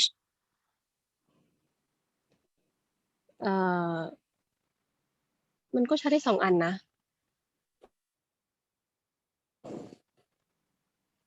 เดี๋ยวนะ academic ว่างได้แล้วแหละจริงนะ academic research ก็ได้นะ ก็น่าจะได้นะ พี่โปเต้เห็นว่าไง ใช่ เพราะว่ามันกว้าง มันพลิกแพลงได้ตลอด ใช่ มัน academic นะก็จะวัดเรื่องทักษะเนาะ สมมติทักษะก็จะมีหลายอย่างอะทักษะ เพราะฉะนั้นการใช้ qualitative เข้ามามันก็น่าจะได้ทักษะด้านอะไรนะ สกิลด้านอะไรไม่ถูก ด้านความคิดสร้างสรรค์ด้วยตรงเนี้ยสมมติจะวัดความคิดสร้างสรรค์ของเด็ก เราก็สามารถวัดได้นะแต่ถ้าวัดเรื่องทักษะเรื่องความรู้เช่นเรื่องสกิลเราก็สามารถเป็น number ได้ ตรงที่เราทำ rating skill ไว้ไหม ใช่เดี๋ยวอ่านคำถาม เนาะถามว่าอันเนี้ยมันใช้ได้แค่ อะไรนะมันใช้ได้เป็นใน practice หรือว่าใช้ได้แค่ใน academic research practice research practice research คืออะไรอ่ะความหมายจริงๆอ่ะ practice research น่าจะเป็น research ที่เอาไปอย่างเช่นเป็นการเก็บข้อมูลโดยให้เด็กอย่างเช่นสมมุติเรามี topic ด้านพัฒนาเรื่อง vocabulary เนาะเราอาจจะเอาเครื่องมือนี้ไปลงให้เด็กได้ลองทำเป็น practice หมายถึงว่าอย่างเช่นเป็นเกมเราเอาไปลงกับเกมให้เด็กได้ทำ practice เราจะดูว่าสกิลของเด็กจำคำศัพท์ได้เยอะขึ้นมาจากเกมนี้แล้วก็จะดูmotivation ของเด็กในเกมนี้มีไหมเด็กเรียกอะไรเด็กจะตื่นเต้นไหมหรือว่ากลัวไหมกับการเล่นเกมนี้อะไรอย่างนี้หรือเปล่าอันนี้เดาเท่าที่เคยรู้จักกับ practice นะคือเราเอาเครื่องมือเราไปลงกับกลุ่มตัวอย่างของเราอ่ะไปทดลองเนี่ยหรือเปล่าทดลองแบบแต่ว่า academic อาจจะเกี่ยวกับการเก็บข้อมูลทั่วไปโดยที่ไม่ได้ลงพื้นที่จริงจังหมายถึงเอาไป adapt กับกลุ่มคนอ่ะไม่ มันใช่ practical research ป่าวะคำว่า practice research ใช่ไหมใช่ไหม ใช่ไหม อัน ตัว นั้น เดียวกับ ใช่ไหม practical ป่ะ คิดว่าอันนั้นนะคิดว่าใช่ คนอื่นเนี่ยว่าไง ยังไม่เคลียร์เท่าไหร่อะค่ะว่า2 อันนี้คืออะไร practical research นะเสิร์ชก่อนก็บอกได้ ใครถูกวะ practical ยังอยู่ research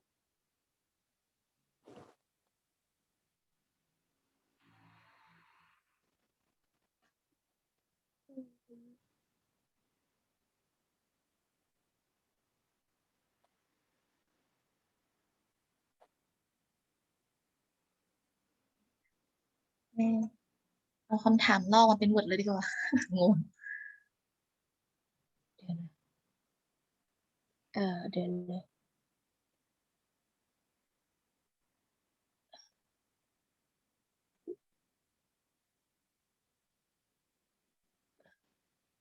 เพราะว่า collective มันก็ใช้ได้หลายวิชาเนาะอย่างที่เราคุยกันเนาะใช้ได้แม้กระทั่งทางด้านสายวิทย์ก็ใช้ได้ เพราะฉะนั้นก็จริงแหละเป็น practical น่าจะได้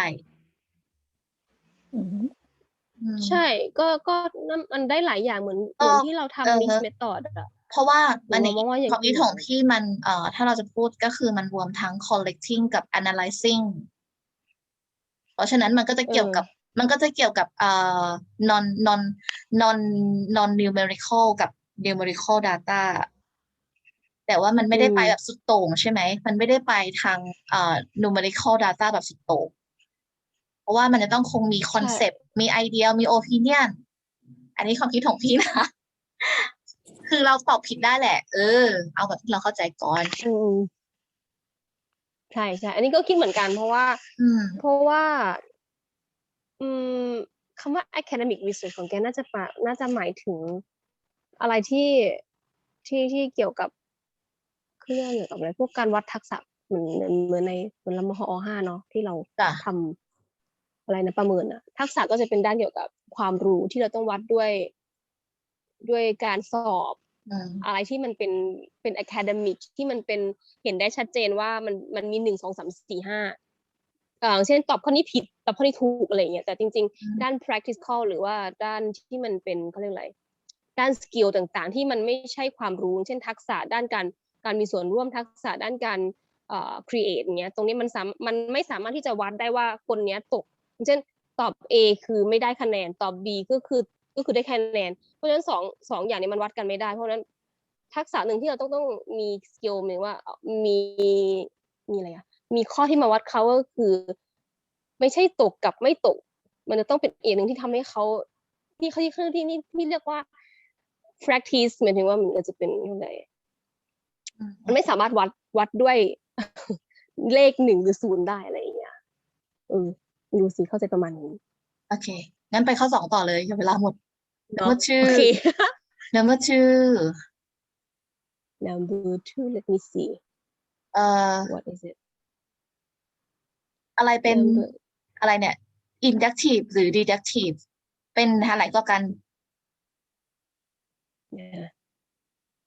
inductive เขาบอกว่าเขาได้ยินมาว่าเขาบอกว่าเขาได้ยินมาว่า qualitative research มันค่อนข้างไปทาง inductive มากกว่า deductive มันหมายความว่าอะไร what does that mean เท่าที่เข้าใจก็คือจำนวนนะคะถ้าจำนวนน้อยมันต้อง induce เอาไงแล้ว quantitative ก็คือจำนวนเขาจะเยอะกว่าเนาะ quantitative อย่างเงี้ยค่ะก็คือเหมือนกับใช้ปริมาณในการบอกในการ research เนาะแต่ว่า qualitative อะเนื่องจากว่ามันทำกับสเกลน้อยอย่างเงี้ยค่ะมันก็เลยต้องเป็น induce เอาเงี้ยค่ะ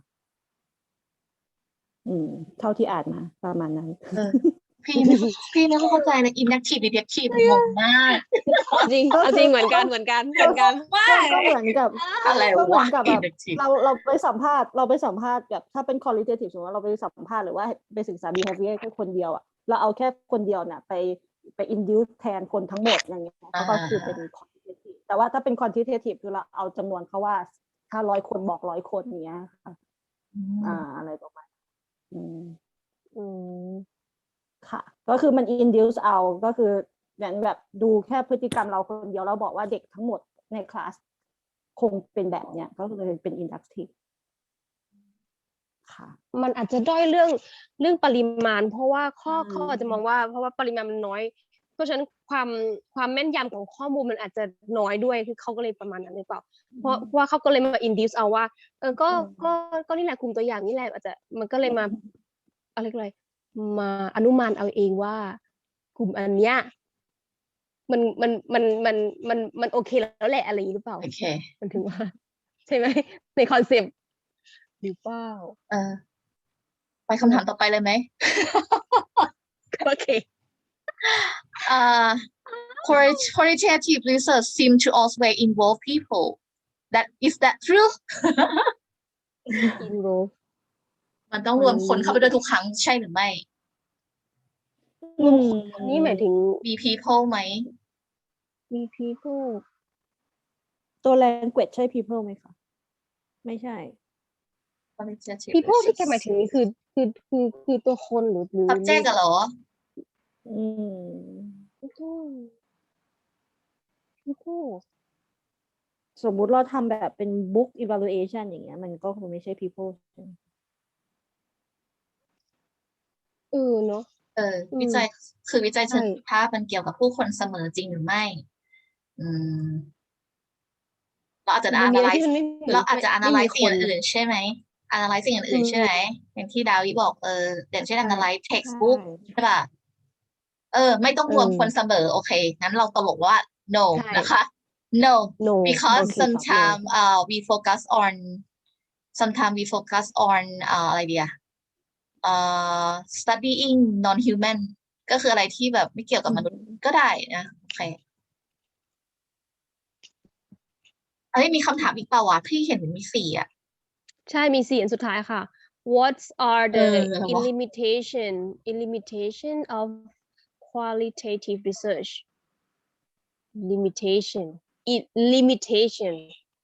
limit ของ quali คืออะไรlimitation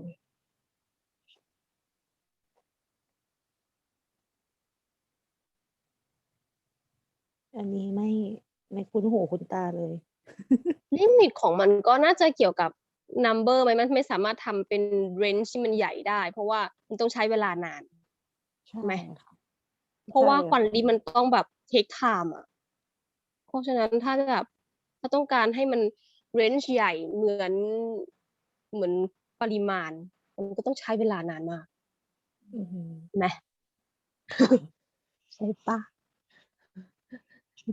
จากเซนนะไม่รู้เหมือนกัน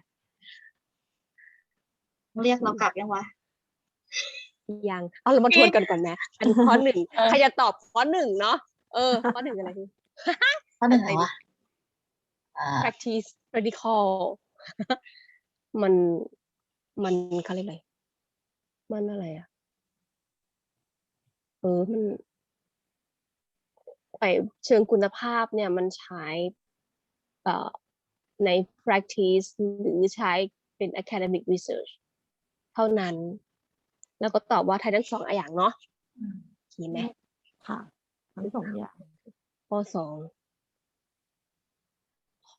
เนี่ยdeductive inductive เนี่ยอันนี้ไม่ค่อยแม่นต้องบอกพี่ขอตอบข้อนี้นะคือใครแม่นถ้าแค่อธิบายก็พอได้อยู่แต่ว่าก็ไม่ค่อยแม่นต่อไปข้อ3 Qualitative research seem to always involve people อันนี้ไม่จริงเนาะเราตอบไม่จริงค่ะข้อ4 What are limitation of qualitative ก็จะเป็น time ไหมtimeline ที่มันใช้เวลามานานnumbers of participant ด้วยไหมคะใช่number ด้วยแล้วก็ถ้าเราจะนั่นแหละเนาะโอเคเขายังไม่เรียกเราwide range เนาะ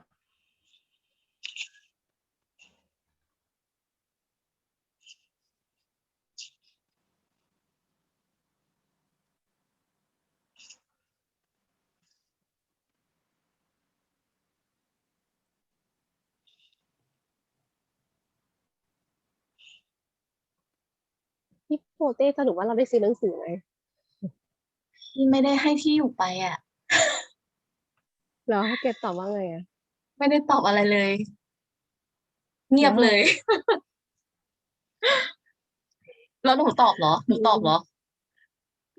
ตอนที่ก่อนจะปิดไมค์พอดีหนูบอกแกว่าวันนั้นที่เราคุยกันเรื่องหนังสือวันที่แกแจ้งหนังสือนะหนูก็เลยว่าไม่ต้องส่งมาก็ได้เพราะว่าหนูจะกลับมาสารคามทุกเสาร์อาทิตย์อยู่แล้วไปดูมาเอาหนูไม่ได้ทักบ้านเราอยู่นั่นเหรอก็คือใช่ค่ะก็คือแต่ว่าทำงานอยู่101ก็คือกับเสาร์อาทิตย์นี่เฉยๆแต่ว่าแต่ก็ทักหาแกอยู่ตอนนั้นนะว่าอาจารย์ให้หนูไปเอาตอนกี่โมงอะไรอย่างเงี้ยแกก็บอกว่า4 โมงแต่ก็ยังไงดีไม่รู้จะไปเอาไหม ถ้าไม่ไปเอาแกจะโหก็จะโกรธไหม ไม่หรอกไม่น่าโกรธหรอกแต่คงรู้แล้วแหละว่าเด็กมี มีไฟล์ นั่นเลยสิ เราเคยเรียนกับแกใช่ไหมจบปตรีที่นั่นมาเหรอ ไม่ค่ะหนูเรียนมัธยมกับแกหนูเคยเรียนตั้ง โอ้ นานแล้วหนูอยู่มัธยม มัธยมกับแก ใช่ อ๋อแก หนู ส ไม่ อน เคยเรียน ที่ไหนอะ แกสอนที่สาธิตมมสค่ะพี่ตอนที่อยู่ห อ๋อ นูอยู่มัธยมใช่แล้วแกโหดมาก ตอนนั้นนะคือแบบสุดๆแบบสุดๆเลย แต่ว่าแกก็เก่งนะแต่แกก็โหดอ่ะถึงว่าแกเข้มแกเขี้ยวจริงๆหรือว่านั่นแหละจะเคยกับแกตอนนั้นแต่ว่ามหาลัยไม่ได้เรียน อ่ะโอเค แล้วพี่พยายามดับคำตอบ แต่ไม่รู้จะเข้าใจหรือเปล่านะลิมิตมันมีหลายอย่างลิสต์ออกมาก็ได้นะข้อสุดท้ายอ่ะเช่น consuming the time อะไรเงี้ยบริโภคเวลาเยอะไม่สามารถระบุผลได้อะไรเงี้ยไม่สามารถ verify the result ได้อย่างชัดเจนอะไรอย่างเงี้ยก็คือสังเกตไหมว่าตอนที่ทำพวก qualitative research มันจะต้องเหมือนกับทิ้งท้ายใช่ไหม เหมือนให้ใครไปทำต่อ แล้วก็อะไรวะเป็นอะไรกันเดี๋ยว มันยากที่จะสืบหาสาเหตุนะความจริงแล้วอ่ะมันเหมือนเขาเรียกว่าอะไรอ่ะมันไม่เป็น static อ่ะit's not statistically อะไรเงี้ยพยายามแบบลิสต์ออกมาให้คือต้องลิสต์แต่ให้อาจารย์เห็นง่ายดีลิสต์ออกมาเลยจะได้ใช้เวลาในการตอบหน่อย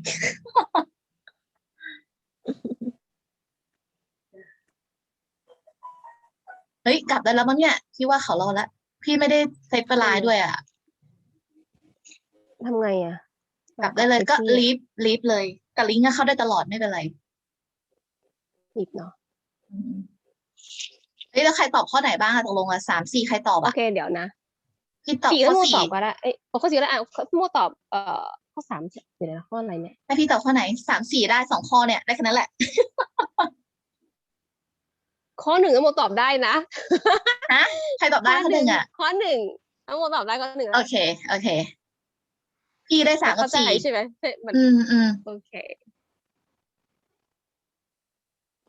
เค2ไม่แม่นน่ะ ข้อ 2 หนูตอบก็ได้ โอเค ค่ะ เย้ลงตัว เย้มีคนตอบแล้ว อ่ะโอเคเรารีบรูมนะ ค่ะ ค่ะโอเคค่ะ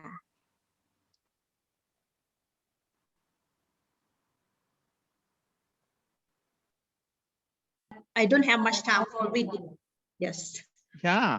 So what time do you back, prepare everyone. for? Ready Okay. for class discussion? Okay. Hello. Yes. Hello, Is everyone back to the main room? Yes. Yes. Yeah. Yes, Okay, we're here. great.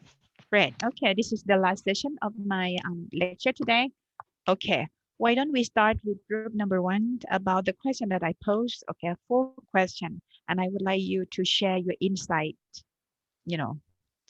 from brainstorming among your group members about your responses to the 4 questions. Okay, let's start with group number 1. Lin Jiang, right?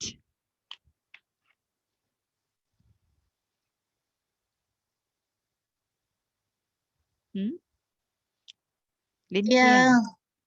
Yes. did you come back กลับมาได้ยังคะ Are they Hello, back I to put the my main room? name. Okay, are they back to the main room? Yes. I Let's think start. Kim I'm back. Let's start with the first group. Okay, about their responses to the 4 questions that I posed. Okay.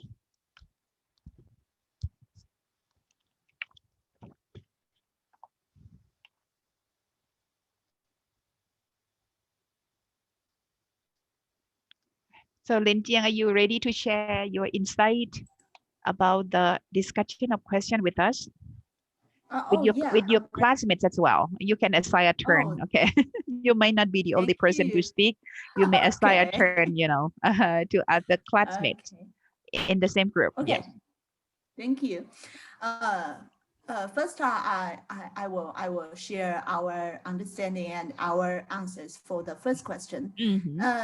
As for our understanding, we think the qualitative research used both in practice and in academic field, because for example, we can see that sometimes we can get the feedback for a kind of new product in the company. So that's the qualitative research which is used in practice. So we think qualitative research can be used in the real life, in practice, as well as in academic research. Thank you. Thank you so much, everyone. Thank you. What about question number 2 from the same group number 1? I've heard that qualitative research is more inductive rather than deductive. What does it mean to you?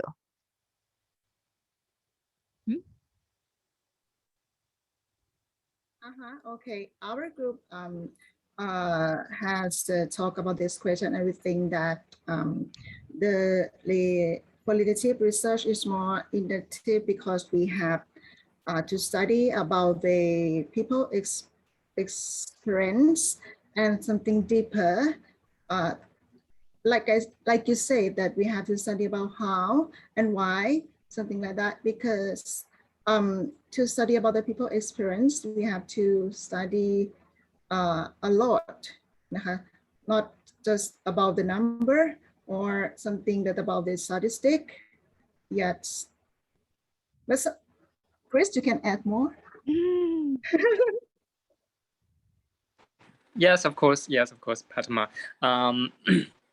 So our group believe that qualitative research is more inductive, just like we previously talked about the bottom-up research procedure.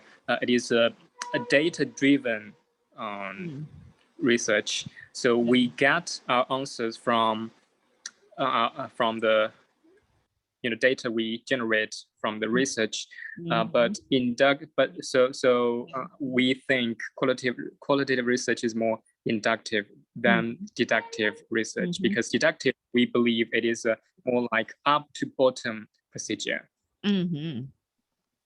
Very good, thank you. What about question number 3 from the same group? Okay, I'd like to answer question 3 and 4 together. So we believe qualitative research indeed always involve people, and that's why the title of the first chapter in our book is called "Go to People." So we study, we study people's minds, people's behavior and their culture. So all about people. So that's absolutely true. And about the last question, the limitations of qualitative research. So for our group, we think there are 4 limitations of qualitative research. So first of all, qualitative research is time-consuming. It takes some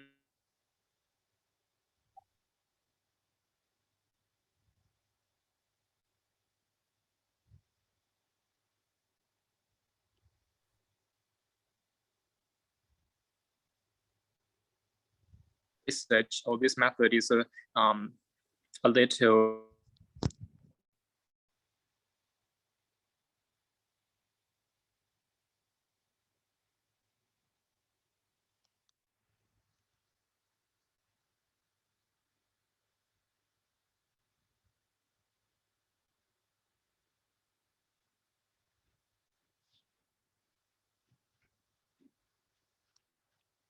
Hello, Chris.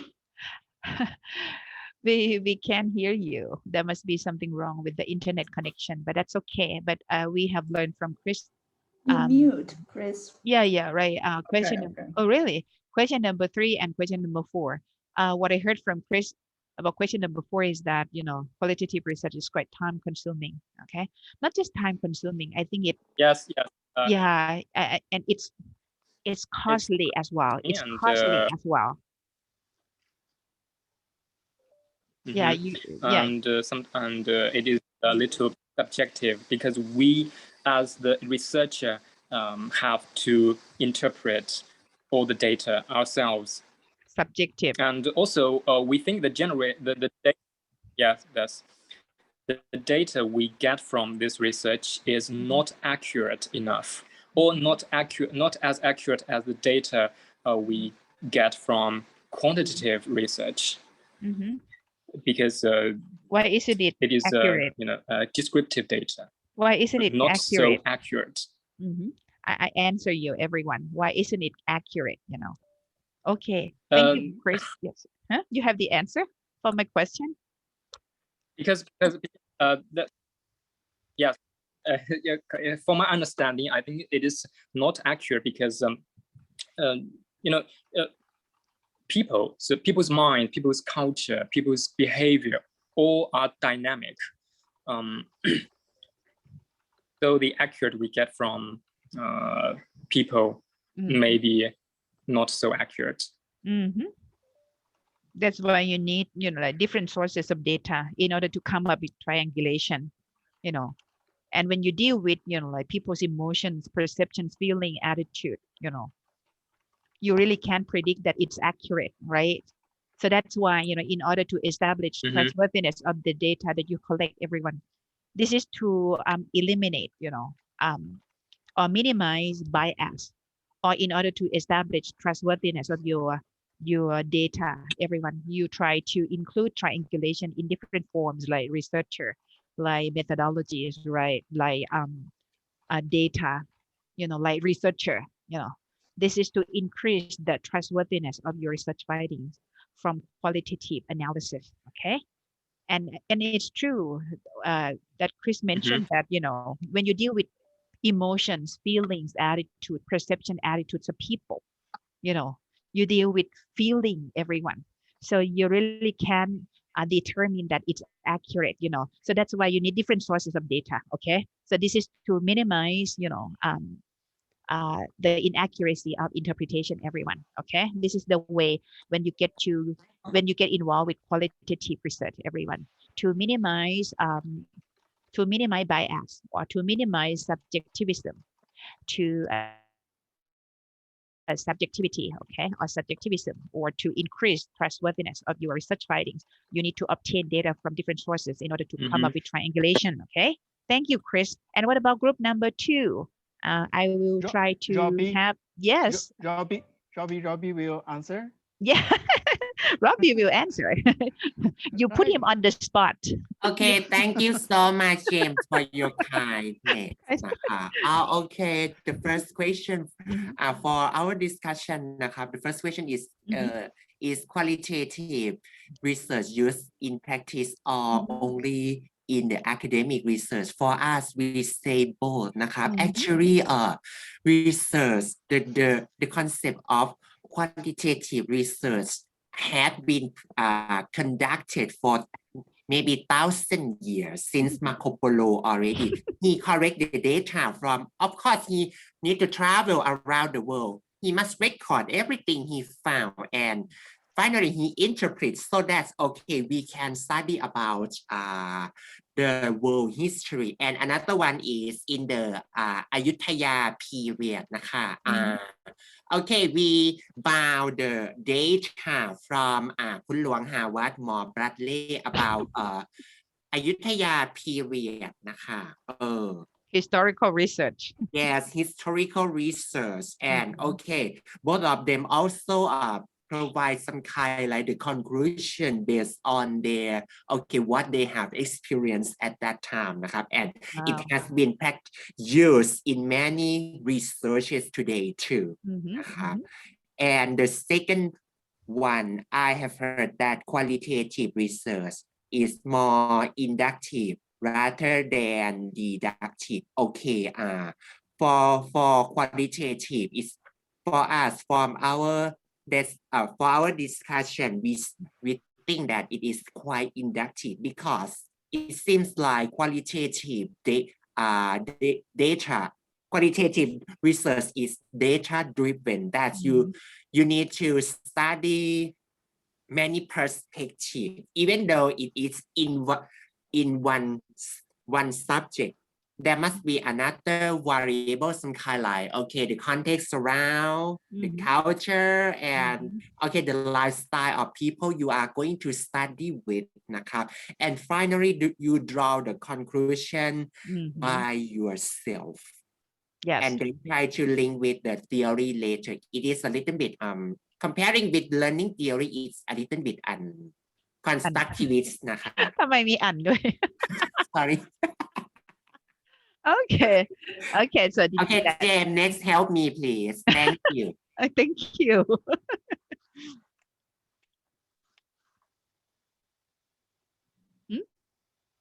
Robbie, go on. Lead in, right? Robbie's done. Robbie's done. Number 3. Okay, อาจารย์มัสยาค่ะ Qualification correlative research seem to always involve people. Yes, we think that is true because the correlative research is about study the human being, right? And not only about what people think, but also why they think so. Yes, that is true for study and involve the people actually. Yes, because it's human. It utilizes humanistic approach, right? So you deal with people, you deal with human beings, you deal with human behavior. Okay, so that's why you include people in order to understand the essence of their experience. Okay, when they have gone through something. Okay. Right. Okay. So yes, now let's answer the last question. So we have several points to make. Yes. The first point is that it's a sample size and the generalizability, because it's a small sample size. So sometimes even if I think personal doesn't require large samples, but I don't think it can be generalized to every concept. Sometimes it is always overgeneralizability. That's the first one. The second one, research role. Sometimes I don't think it is biased enough. Sometimes it is unbiased or biased. It is really hard to balance it. Right. And number 3, not like a Conti method. Conti method has a standardized instruments and procedures. But however, as for a colleague, it lacks such kind of methodological rigor. So sometimes, the result, we will have doubt about that, right? And the next one, it is too complex or too narrow series, we will yield, which is overly complex or overly easy, And the last one is all of us has addressed is time consuming. It takes a lot of time, energy, and the labor intensive, a lot of labor. Even we need to spend some money on that. So these are the 5 points we have summed up. Very good. Very good. Thank you, everyone. Okay, for group number 2, okay, the point that Lead-An mentioned, okay, everyone, when we're talking about quantitative research, you care about generalizability of findings, okay? But when it comes to qualitative research, what you care for is what we call it generalizability, transferability, okay, not generalizability. Oh, sorry, transfer. Thank you so much. I mean, it's nice that you mentioned that, but I would like to clarify this, okay? For quantitative research, you care for generalizability of findings. When it comes to qualitative research, you care for transferability of findings, okay?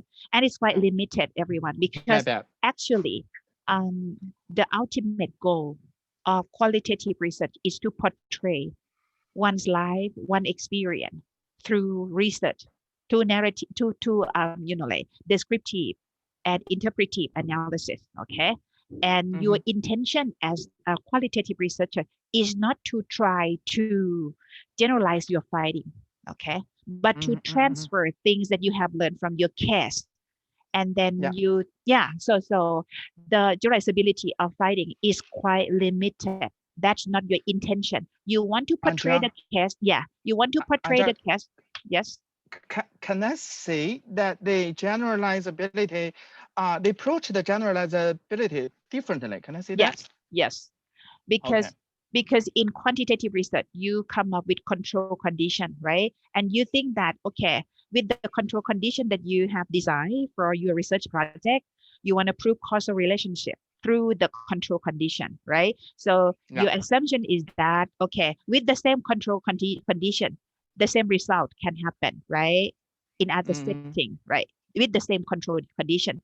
But with qualitative research, you care for transferability of findings. Transferability means this is just the case that you want to portray to the audience or to the other researcher. But you also think that, you know, like, this is not just this person who experienced or who shared this with you. Exploration. Something, right? Okay. Something, you know, some other people might have the same experience, might have the same perception, you know, with this person. Okay, so that's what we mean by transferability of findings. Okay, More and accurate. also, Lidan mentioned positionality. Okay, so at the, you know, for qualitative research, you need to be careful about your position as a researcher, because you don't want to come up with research finding with bias. Okay, so you need to really, be careful about your position. Are you going to participate? Are you going to be just an observer? Are you going to be just a researcher? Or are you going to participate and think about the consequences of the decision that you have made, everyone, to participate or to just observe? Okay, to just observe, as an you instrument. might, right? If you just observe, you might not see the holistic picture, right? But if you participate and observe, okay, you know, your study may contain bias, right? Because you get involved, right? Thank you so much. And one thing that Lidan mentioned is that qualitative research is time consuming, everyone. Okay, for case study, okay, you may conduct a case study spending about a semester also, everyone. But when it comes to ethnography, everyone, hardcore ethnography, because we borrow this term from anthropology. No, not 10 years, at least 2 years to confirm the findings. Okay, so just like my friend who conducted a study in China about educational reform, he spent 3 years in China in order to capture the holistic picture of what we mean by educational reform in China. Okay, but everyone, when it comes to ELT, you know, field, we also adopt, you know, like the concept of ethnography from anthropology. And you know what? For most ethnographic study in ELT, researchers spend about 3 months or 2 months only, you know, like on ethnography, which is quite against, you know, like the master study. Right. Okay, what about group number 3? Okay, it's time's over. Group number 3, please. Very good advice. Right. Thank you so much. Group number 3, please. 5 minutes, that's all. Yes. Okay, group number 3, please. Yes, for question number 1, I think the question is the qualitative research used in practice or only and in academic research? I think we use both in the research, because when we want to conduct the research, we need like the data or the result from the even practical. Okay, when we have the model or something, like we have theory, and then we use a theory to conduct the model or some practical thing, and then we use our model or material to bring this material to the people or to the group, so we can practice with the groups. So I mean, when we use the practical thing in the groups, so in the practical thing we have like the data from like the numbers or even the like opinions. So I think we use both, because we have 2 kinds of data in the research. Yes, this is for me the question 1. Thank you so much. What about question number 2? Question number 2, like qualitative research is inductive. I agree with that, and it's because qualitative deal with a small numbers of subjects, so it cannot be generalized for the statistical. So we have to observe and construct the knowledge from to construct the pattern of the knowledge, not from the number. That's what do you mean by inductive, right? Okay, in order to truly capture the real essence of something, you really need to enter the site, enter the field, talk to people, gather information, try to analyze the information from different sources, come up with themes that emerge from the data that you collect and that you analyze. That's inductive. Yes. Okay. Question number 3, please. Okay, it's my turn for this. I think about the question is a bit ambiguously stated. I mean, does qualitative research always involve people? Well, if we focus on the word people as the humans or people are the researchers, so we will say yes, but it's quite possible and happen frequently in some kind of research that the population that are the focus of the research are not human. In fact, sometimes the research does not always have to involve the people. For example, some physical or biological anthropologists, they can focus on studying non-human primates. Yes, sometimes we can use the subject as the animals, as the populations, or we can analyze some textbook. Yes. Right. Pictures, books, yeah, right. Seem to involve, always, seems to. This is not 100%, okay? Seem to always involve. This sentence is quite modest here, quite humble here, that it's not going to generalize that, like qualitative research must include people. No. Okay, what about question number 4? We got the answer as we got around 5. The first we think that's the qualitative research is a time consuming process. We have to spend a long time. And the second is we can't verify the results of qualitative research clearly. What do you mean? Yeah, we mean after we got the result, we can notice that the researcher will add the long sentence like we left for another researcher continues to find the end or the last result. Again, please, I don't get it. What do you mean? Sorry, did you hear me? Yes, but I try to understand what you're saying, huh? What is it again? I mean, well, Ajahn, can you say? Yeah. Again, please. สิ่งที่อาจารย์พูดเมื่อกี้นะคะ Okay ค่ะ อะไรนะ qualitative research. I mean, from understanding, I think that's the result of the qualitative research. We still have the question more at the end of the research. Like many researchers still left some questions for other researchers to continue the project or the research on the time. Like it's very big, very how I say in English, like still can continue more. I think that's applicable to both qualitative and quantitative research, that by the end you leave some room for other researcher to do more, on other aspects. You think do you think of it as a limitation? No, I'm not sure that's correct. No, I think it's applicable to both qualitative and quantitative research, that by the end of the research project, you leave some room, right, for other researchers to conduct further research studies, right? Because that's the nature of like doing inquiry, everyone. that you leave, you know, at the end, you can, I mean,